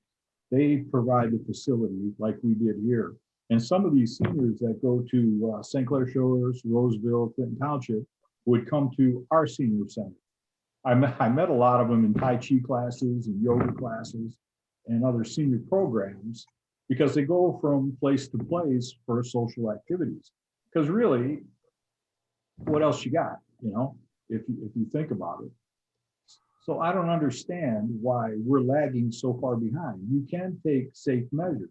And if you look at the spiking in the cases, if you check the figures on Johns Hopkins, it's an age group 20 to 40. I'm not 100% sure. It might be 20 to 45. It's that group of people, and sorry to say it, younger people in this group, that think they're invincible and they're tired of it and they're going out and doing things they shouldn't do. I'm just saying that there are things that can be done to allow social activity, especially ours. The apartment buildings across the street are seniors. They just walk across the street and they have activity and social functions. And it can be done, it should be able to be done safely. After an activity, the disinfectant's pretty easy, spray and wipe. I know they need employees to do that, but I don't understand why it's not happening. Just my opinion. Well, part of, and I appreciate that, your comments. Part of it is, as I mentioned, I know you quoted what you quoted. If I'm going to err, I want to err on the conservative side. Oh, yeah, I agree. If I want to err on the conservative side. The numbers are going up. Michigan's number 1. They're going up. I hear what you're saying. The other thing is resources. So even if we wanted to open up next week or 2 weeks, we don't have the resources. We got to hire people. So now you're talking about the budget. Well, you go to the city council in 2 days. Dave's here now. So maybe we can make something happen. I'm just saying. I'm not asking for, I'm not saying, don't give me a date. I understand. I hear you. And what I'm saying is it's a resource issue as well. So that's what I'm saying. But I am not comfortable right now, even with what you've shown. I want to see those numbers come down a little bit in Michigan. That's what I want to see. I want to see them come down a little bit. And also, there has to be a plan for getting someone in there. As I say, hiring one person, easing into it. I mean, this place has been shuttered. How long? Has it been a year? A year. It's been a year. You don't just open it up and you got all these activities. You can plan around it, which is what I said. We could be talking about what we're gonna do. So when we do open it and we're ready, the transition of easing into it is smoother. But it's been closed for a year. You've got nobody to run it. We got to hire people. How long will that take Right. to hire someone? I can't, project that. It depends on who's I didn't expect qualified. you We to hire. talk You- about it, Okay, you're- Gordon, you're I think we're getting- getting off topic. I know you guys are discussing, but I think we're getting, Yeah, we're getting a we're little too getting into heated. the semantics, but the bottom line is I'm not comfortable. I'm It- not. At the current time, I'm not comfortable. well, And the seniors. and we're not ready resource wise either. We're not ready. And I think So- that's what it boils down to is the resources itself and I mean, yes, the seniors, but it boils down to the resources at this point in time in Fraser, because you know that we don't really have much happening right now. We don't have anything. We just have a brand new interim director. So That's all you got. I You think got it one would director. be appropriate to err on Right. the side of caution right now and to just, yes, the seniors, that is at the forefront of what we have to do, but I understand as much as this next, everyone being infected is the younger crowd, the older generation, the patients are still the older ones. And that's what I am dealing with every day is the elderly patients. And those are the ones that are still being hospitalized with COVID, many who have had their first vaccine. So I'm okay with erring on the side of caution right now. And I understand, I get it. Commissioner Sutherland? So I'm going to ride the fence on this one because I definitely can see both sides of the argument. So can I. But I think that one of the things like that's for me a challenge as a resident is seeing all of these cities around us that are opening and are doing things. So, I mean, maybe there is some middle ground that we could come to instead of just like, hey, let's open up and get all these things going, or no, we're not doing anything right now. Like, could there be a plan in place to say, okay, what were the top 3 senior classes that took place? Like, can we tentatively schedule those starting the end of May? You know what I mean? Like, is there any way to get something in the works or have like a plan in place so that it's not just all or nothing? Because I don't think the all or nothing approach is going to make anyone happy. The residents, Vince, you might be miserable if everyone's still blowing up your email box, I'm just, so that's what I'm just thinking.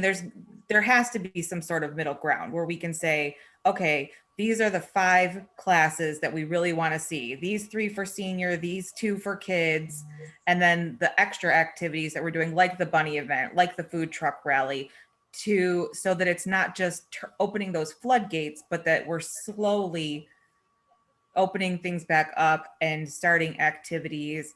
That way we won't need as many resources. We wouldn't have as much of an impact on the budget. But it's just not an all or nothing approach. And Dana, actually, that's you just said the same thing I said a few moments ago.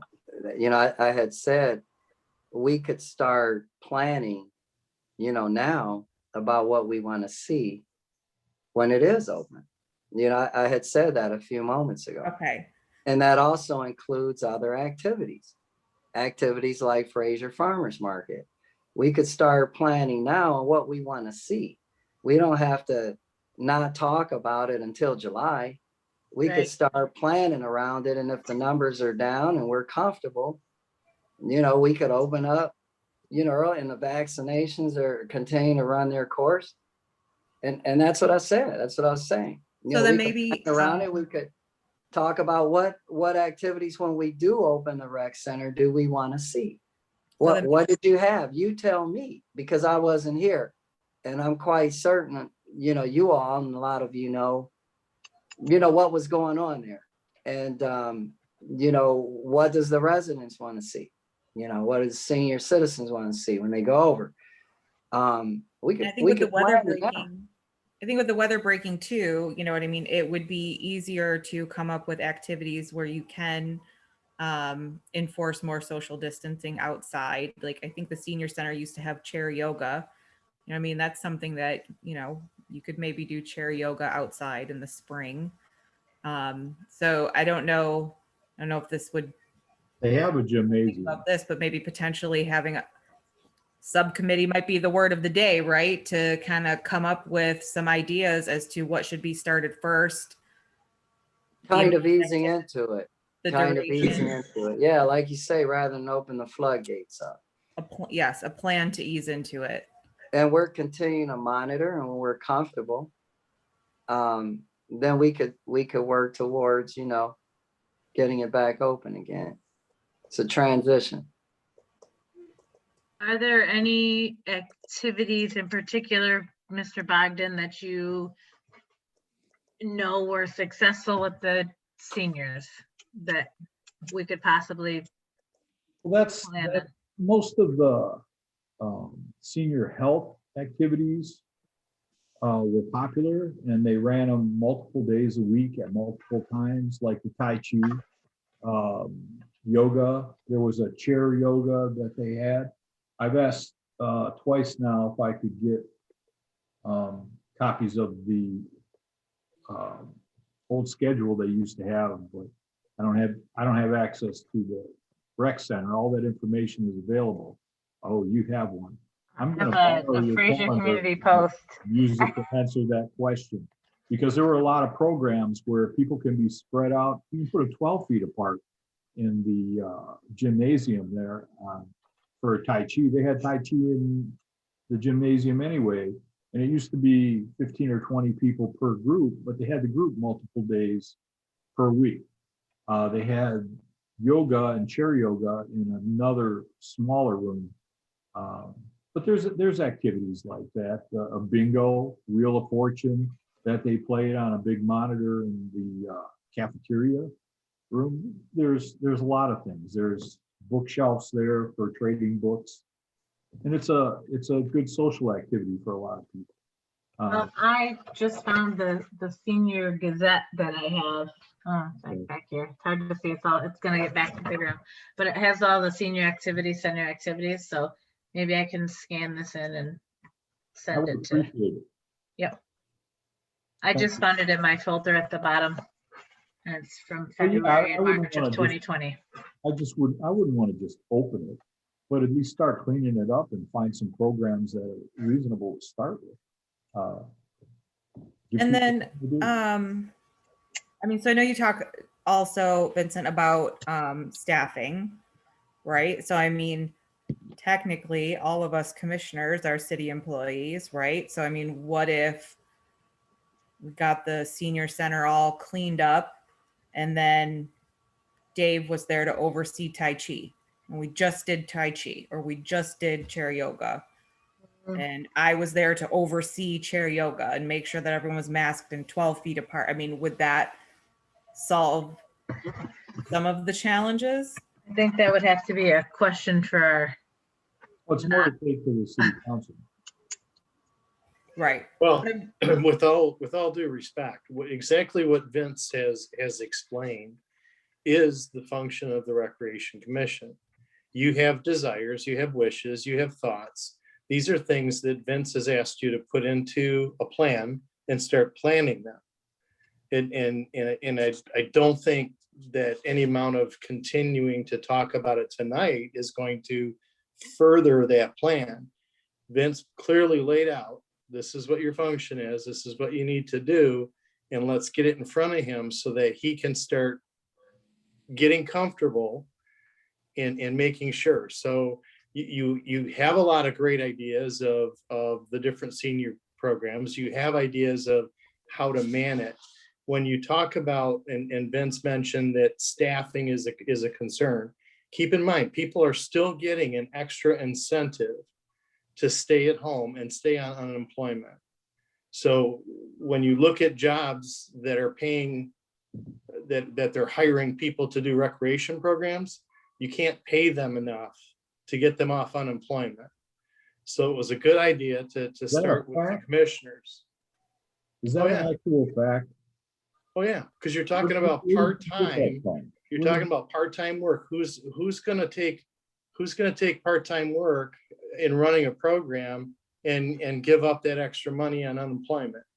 The Tai Chi instructor owned a business in Mount Clemens. How can she be on unemployment? She owns a business. But that's, he's talking about employing people to run the activity center. Okay. I thought he was Yeah, talking about running. no, the other actual staffing, activity. not Oh, instructors. okay, I understand. Instructors, no, there's businesses out I there, understand what you mean, Dave. I restaurants, understand. everything else, they're all doing their thing, yeah.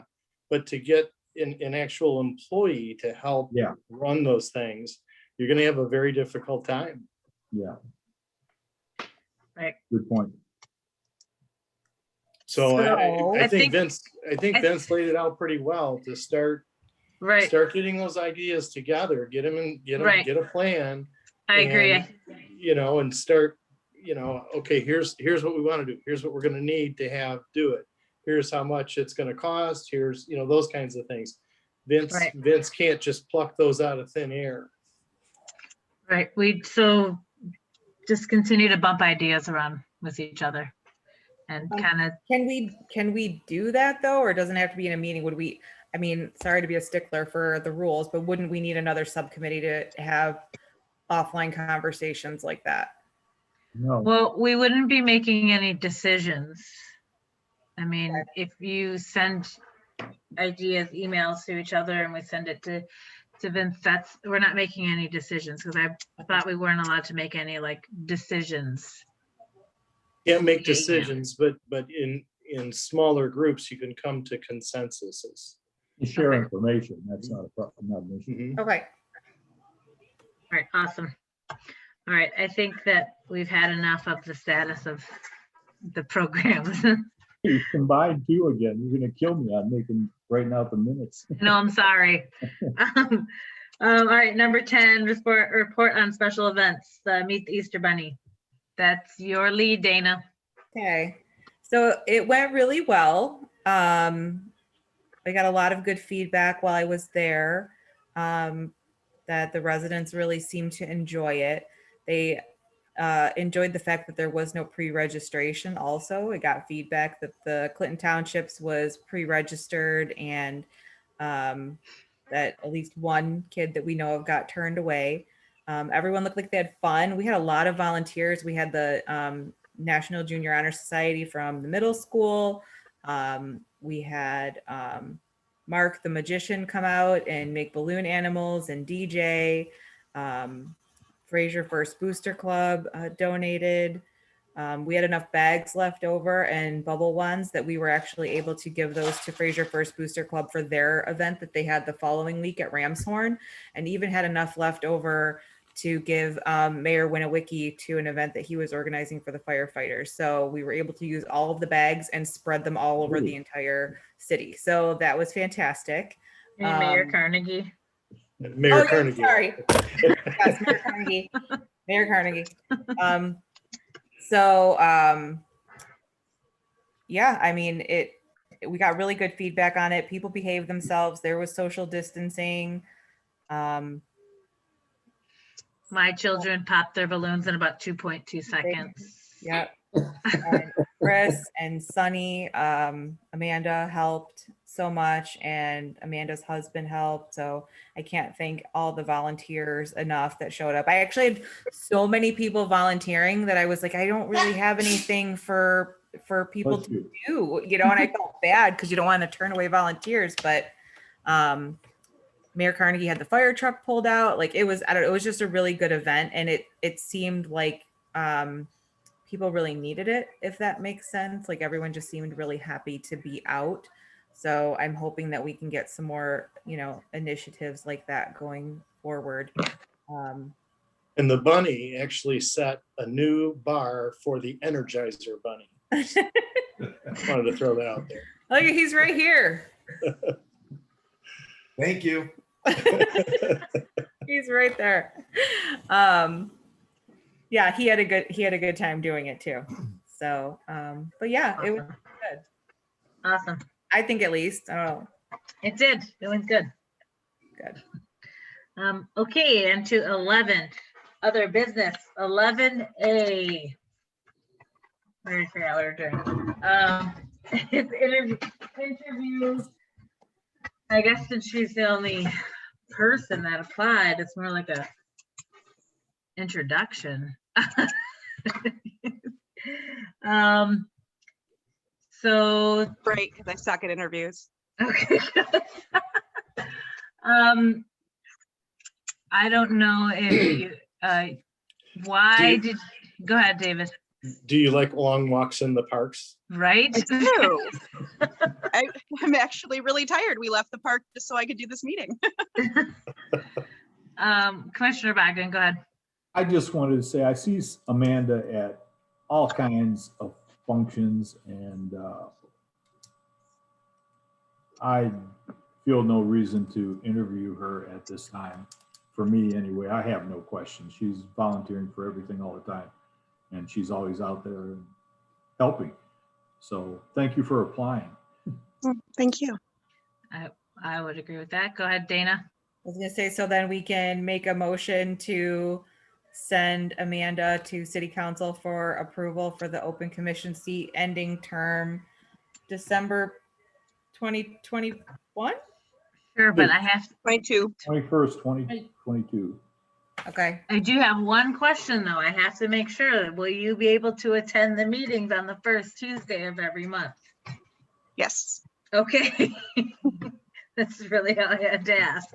All right, so Commissioner Sutherland made a motion to recommend to council that Amanda Rollins have the spot for the seat ending in December 2022. I'll second that. I think Sarah froze. Did Sarah freeze? I'm here. You froze, but it was like, wait, like, I seconded it, by the way, when you weren't here. Okay, I'm here. Did it come back? You're good. Yes. Okay. I don't know what happened. All right. Motion made by Commissioner Sutherland, seconded by Commissioner Bogdan. All in favor? Aye. Hi. Okay, perfect. Welcome tentatively to the commission. I've been trying for years to get her to come. So I'm happy now. Do you have anything to say? Thank you. And now that everyone knows it's Amanda, not Sunny, right? It doesn't matter. All right. Item number, is it 12? I can't read my writing. 12, citizen participation. 11B. 11B, that was the motion. 11B was the motion for Oh. recommendation. Sorry.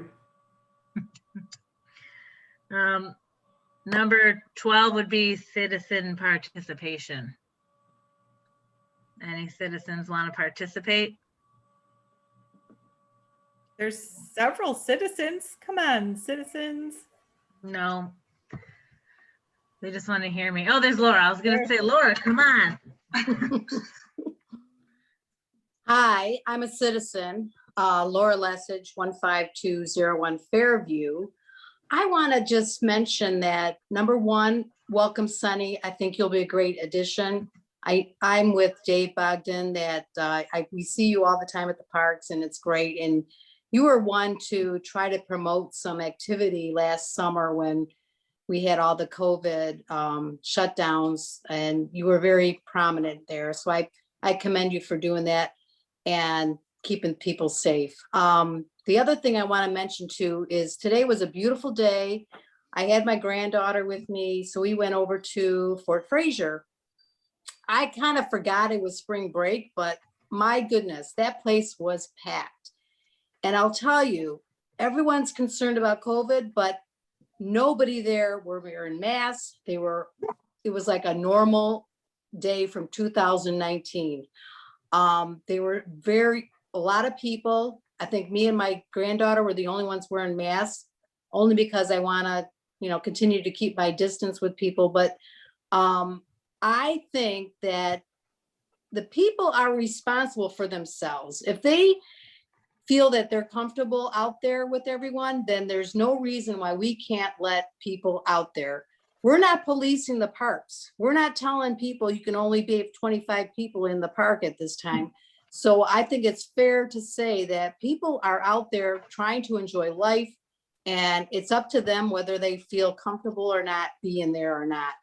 I'm hoping, and I thought a few months ago or a month ago, we opened up that people can get pavilions. And I'm hoping that's still happening. If you get a pavilion rental, I mean, that's revenue for the city, number one. Number two, it's up to that group to keep safe. Why would the city be liable for something that happens on their watch? I mean, we're all responsible for ourselves. And yeah, the numbers are going up, but you know, I think that people are being responsible for what they want to do. That's just my opinion. And going back to the park cleanup, I had to hold myself back when you guys were all talking about it. But let's just remember that years ago, we had no support from council, from budgets, from anything on doing anything to these parks. So the previous director was very innovative in trying to get volunteers to do maintenance work that was DPW's responsibility and the city's responsibility. We did painting. We painted the old equipment at Somerset Park and even the garbage cans just to make them look a little bit better than they were back in those days. We had no money. We had no support at all. So now all of a sudden we have support of council. Great. We have the support of our commission to try to move forward and get some things done in these parks. So let's not just leave it all to the volunteers to fix everything in the parks. The city is responsible. So I just want to say that let's move forward full blast here and try to open up what we can. I like the idea of having some minor or some small events for the seniors. They're the ones suffering the most, and they're the ones that are probably the most safe with this COVID right now. So let's get them out there. Let's have some fun here and not have all our citizens and residents moving on to other cities for their activities this summer. We have an opportunity here, guys. We have an opportunity to make a better city for ourselves and a better community. And what better way to start now? And I commend all you on the commission today. I will continue to be a part of it as much as I can. I have a lot of grandchildren coming these days, and I just want to enjoy life. And I want to take my kids to the parks. My grandkids around me, these parks are crap. They don't want to go there. There's nothing there for them to do. So yeah, we have to drive to the other parks in the city and in the other cities just to have some activity for them. So I would appreciate that you guys continue to move forward and making our parks a better place for people to be and activities for our community to enjoy. Thank you. Thank you. Thank you, Laura. No other citizens want to participate? Okay. Guess we'll move on to 13, commission members with concerns. I'll start with Echo.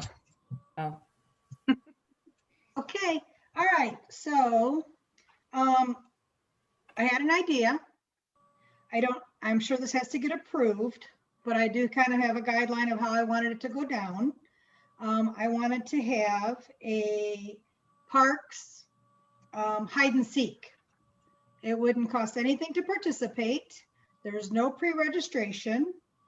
I would start with a flyer that announces the event, and I kind of have a timeline. So April 24th, I would post the flyer with the details and the instructions with the list to be announced on May 8th. And with May 8th, I thought we could either take a commissioner and gather in each of our own parks, or we could gather in one local park and have like a kickoff event to hand out the list of the items that are to be looked for. With the people that want to participate, you've got until June 4th to submit your entries. So the contestants would enter and find their items at their own pace. We would end the contest at a park, gathering to distribute our prizes, of course, socially distanced and with masks. And basically what I would do is when the list is announced, and it would, okay, I'm getting ahead of myself now. So on May 8th, everybody that's there physically would get their list, and they've got till June 4th to find their items. But then after May 8th, it could get posted on the city website. It could get posted in store windows. It could get posted anywhere so that anybody who wasn't there at the kickoff event could find these items. But it would be basically like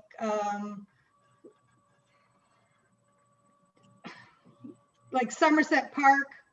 There's that weird little seat that my granddaughter just loves. So take a selfie on that seat. And then those pictures, selfies, and now I'm spitballing here. You would hashtag it with Fraser Parks and Rec, hashtag hide and seek. And as, so this is where I have my problem. Because how am I going to keep track of all these? Because there will be no pre-registration, but with those hashtags, they do end up in a clump. And then actually you would just then be entered into a drawing. So if you've entered anything, your name could get pulled for like various gift cards to local businesses like Sidebar. We have the Taco Bell now, we have Coney Island, we have a Starbucks now, Infinity Sidebar. Again, there's no registration, so there's no cost. So I would ask for a few $100s to purchase these gift cards that would go back into the local businesses. And then I think that was it. But that's kind of my idea. So it would have to start with, of course, the event flyer. And then that would be April 24th with a May 8th gathering. Actually, it goes along well with your park cleanups because by then the park will be pretty when we meet to distribute the initial list. Right. So it was just a way to have like a parks nature hide and seek. And I wanted to actually list like at this, because I don't know what's at Boris Park. I know it's little, but I would say like at Boris Park, find this, and it would get the residents out during the month to visit local parks that you might not even know about. Like I said, when I joined you guys, I thought there were 5 parks, and I think there's like 9 or 11. 9. So there's 9. Okay. So it would just be a way to get people out looking at the different parks, and the good thing would be after a cleanup, so they'll look pretty. So that's my idea. I don't know if we have any money for any kind of a prize, or if it's just like, hey, this is just fun and there is nothing out there. The bunny event was $200 under budget, just saying. Okay. Well, even then, I could probably, we could probably even get people to donate something. I'm not. Well, I Put it thought in about stone. that. I thought about going to those businesses like Ramshorn and El Charro and getting them to donate, but they've already, I know. like, they're having a hard time too. So if Right. we had a little bit of money and we only bought gift cards for those local businesses, then in the end, it's still helping them. Because if you have a $10 Taco Bell card, you're not going to spend $10. You're going in for 20. Yeah, I never spend If $10. you go to El Charro, you're not going 25, you're going 40. So that's all I was thinking. So that's what I would like to, that's kind of an idea that I would like to work on. Chris Cook doesn't know it, but I'm going to get her in there too with me. So that was one idea. So I don't know if I have to make a motion to go forward. Or do I just- No, it's, you've got a thought or a concept still under development, Okay. and it's not, you're not at motion ready yet. Oh, okay. Yeah. All right. Well, that's why I didn't make a flyer yet, David. Okay, so that was one idea. Then I had another idea. This would be something that has to be looked at this year in June or July, depending on when you would want to hold it for next year for June or July. But I wanted to propose a Fraser garden walk. And my thought with that, do you want to have all my details? Do you have all of them? Okay, well, yeah. So my thought with that would be residents that are interested would fill out an application, and they need to show their yards this year in June or July, whatever we would decide for next year, so that then they can be looked at to decide if in 2022 it's an option. Because we would have to do like visits to their yard, because you just can't say you got a yard and you don't. But we would showcase like 8 or 10 homes and gardens on any given Saturday that we decide from 10 to 4. You sell tickets. And I'm going off this idea that I had from Shelby Township, because they have one every other year. It's like $10 for the ticket. And then basically they just give you a map of where you're going to go, and you kind of go at your leisure on that Saturday. The homeowner knows that the people are coming because they've applied and they're welcoming of people. Good thing it would be set in motion for 2022. So hopefully we're a little, past what's going on. And then the $10 tickets that would give you the listing and the maps, there would be no cost to the applicants, but each home would be given like an etched plaque, or like I've seen where they do garden rocks, and it would just say like Fraser Garden Walk 2022. And it's something that the homeowner can like throw in their flower bed. It's a way to like, it's not really a park thing, but you're promoting your neighborhood. And that's that. So that's another one. Very And good idea. what's that? That's a recreation thing. Oh, Yeah. okay. So does it fit here? Yeah, if it's here. Because I'm thinking recreation. Actually, that should probably should have been added to the conversation early on into the agenda. But That we'll should- iron all that out in time. Oh, see, I wasn't sure if I that's did an wanna agenda mention item or one if that's thing. my commissioner concern idea. So, sorry. But Don't we be can do sorry. that. So can we Oh, add don't be that to the sorry. next? These are great ideas. But I just wanted to mention while you said that is Fraser at one time gave awards for gardens with plaques. Mhm. Even the mayor would give out awards. And there's a particular garden, and Mary is her name. I don't know if I want to use her last name on an open meeting, but she lives on Garfield near 15 Mile. And she has the most amazing yard, and she's an amazing person. And she has actually received awards from the city of Fraser, Macomb County Horticulture Club, and I think U of M, might be Wayne State Horticulture Club.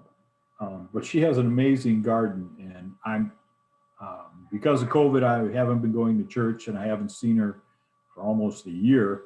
I don't know when the best time for viewing gardens is, but she would know Okay. when her garden's in full bloom. And I will try to get that information and get it back to you before the next meeting. Okay. I know that Shelby, theirs is always in July. Seems a little hot, but everybody's yards are popping Yeah. over there then.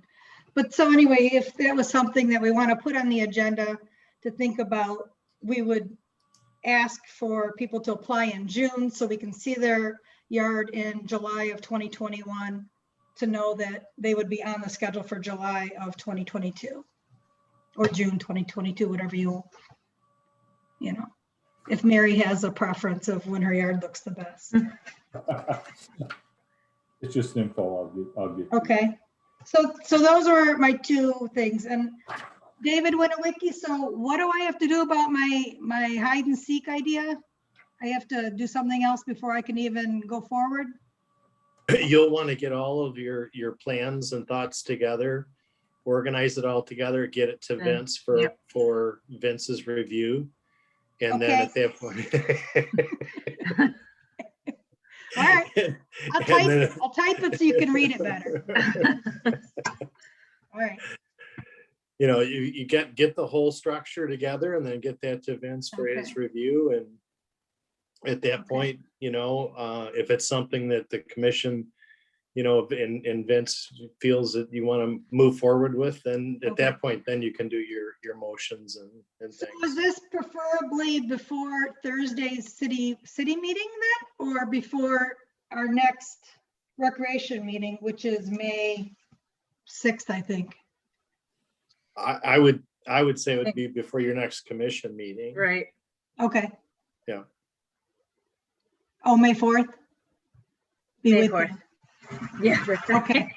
All right. Thank you. All right. Thank you, Echo.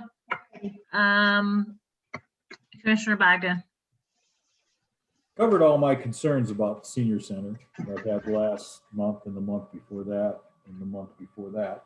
So I'd like to take my opportunity to, one, thank the people that, well, Dana, that put the Easter Bunny event together and the volunteers that you had, and thank Laura Lesich for her comments as a citizen, and just thank everybody for being here. And I want to welcome Amanda, Sunny.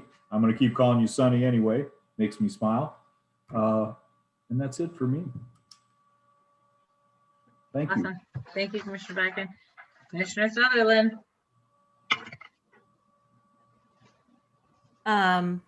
So I agree with Commissioner Bogdan and want to thank Laura for her comments. I agree, and I've seen exactly what she describes. So kind of like I said earlier, I'm hoping that we can find some happy medium, and it sounds like we're going to be able to, you know, take some of these ideas and things that we want to move forward on offline, so that we can at least start to structure a plan, and hopefully that will, you know, help make all sides happy. I want to take another opportunity to thank all of the volunteers that came out for the bunny event. It was really heartwarming, and to see a little bit of normalcy. So thanks to everyone. Thanks to my husband, Jim Sutherland, for being the bunny. Welcome to Amanda / Sunny. We're excited to have you on the commission. You were also amazingly helpful, as was your husband at the bunny event. So I'm happy that you're here. And then the only other thing I have is, you know, I'm sure it's not a secret probably to anybody that's in this meeting that, you know, I've been talking a lot and asking a lot of questions about the farmers market. So I think that that is one thing that is really important to me. And I think that, you know, moving forward, it's something that we should be able to open up fairly easily and still enforce social distancing. So I think that, you know, I'll be reaching out to all of you guys, or if you have any feedback that you want to give to me. I just, I plan on reaching out to Vince to see kind of what the plan is, because the first one is like May, I don't know what the date is, but it's, you know, May 8th is supposed to be the first one. So, I mean, we don't even know if vendors have already sent in their money. You know, I had asked about like some fee structures and different things. So, I mean, I think that there are things that if we do plan on having a farmer's market on May 8th, that we need to get ironed out sooner than later. So I think that those decisions need to happen rather quickly. But, you know, there's a lot of great collaboration going on in this commission. And, you know, I just think it's really important that we all work together to get as much opened up as we can. And I think that that should be something that we can get opened up. We did it during COVID last year. You know, we had the one in September. So, yeah, that's all I got. Thank you, Commissioner Sutherland. Then I guess that only leaves me. I'm happy that Amanda, sorry, I'm still half asleep. Happy that Amanda applied and that we have, hopefully we'll have a full commission soon. Yay. My boys did have a great time at the bunny event that we just kind of slid in and slid right out.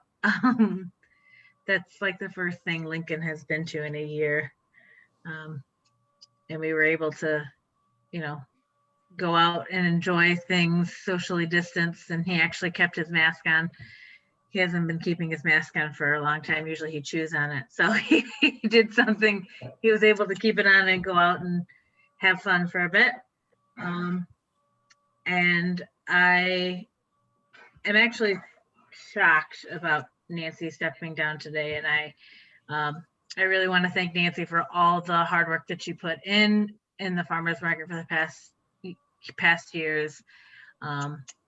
And even the ideas of the dog park that she was setting into motion. I know she said previously that she doesn't even have a dog, and she was trying to get this dog park in. So I really want to thank her for doing that. And I hope that we can do good by her, and the city can do good by her, and have a really successful farmer market in the future. And that's it. That's all I got. So I guess we can move on to 14 to adjourn. I'll make a motion to adjourn. All right, motion made by Commissioner Sutherland, seconded by Commissioner Kelly. That's me. I'll second. Motion. I'll approve. I'm sorry. All in favor? I'm tired. All right, look, I'd like to adjourn the meeting at 9:19 p.m. Thank you, guys. Thanks everyone who attended. Thank you. Night. Night. Oh, good night, everybody. Bye-bye. Good night, everyone.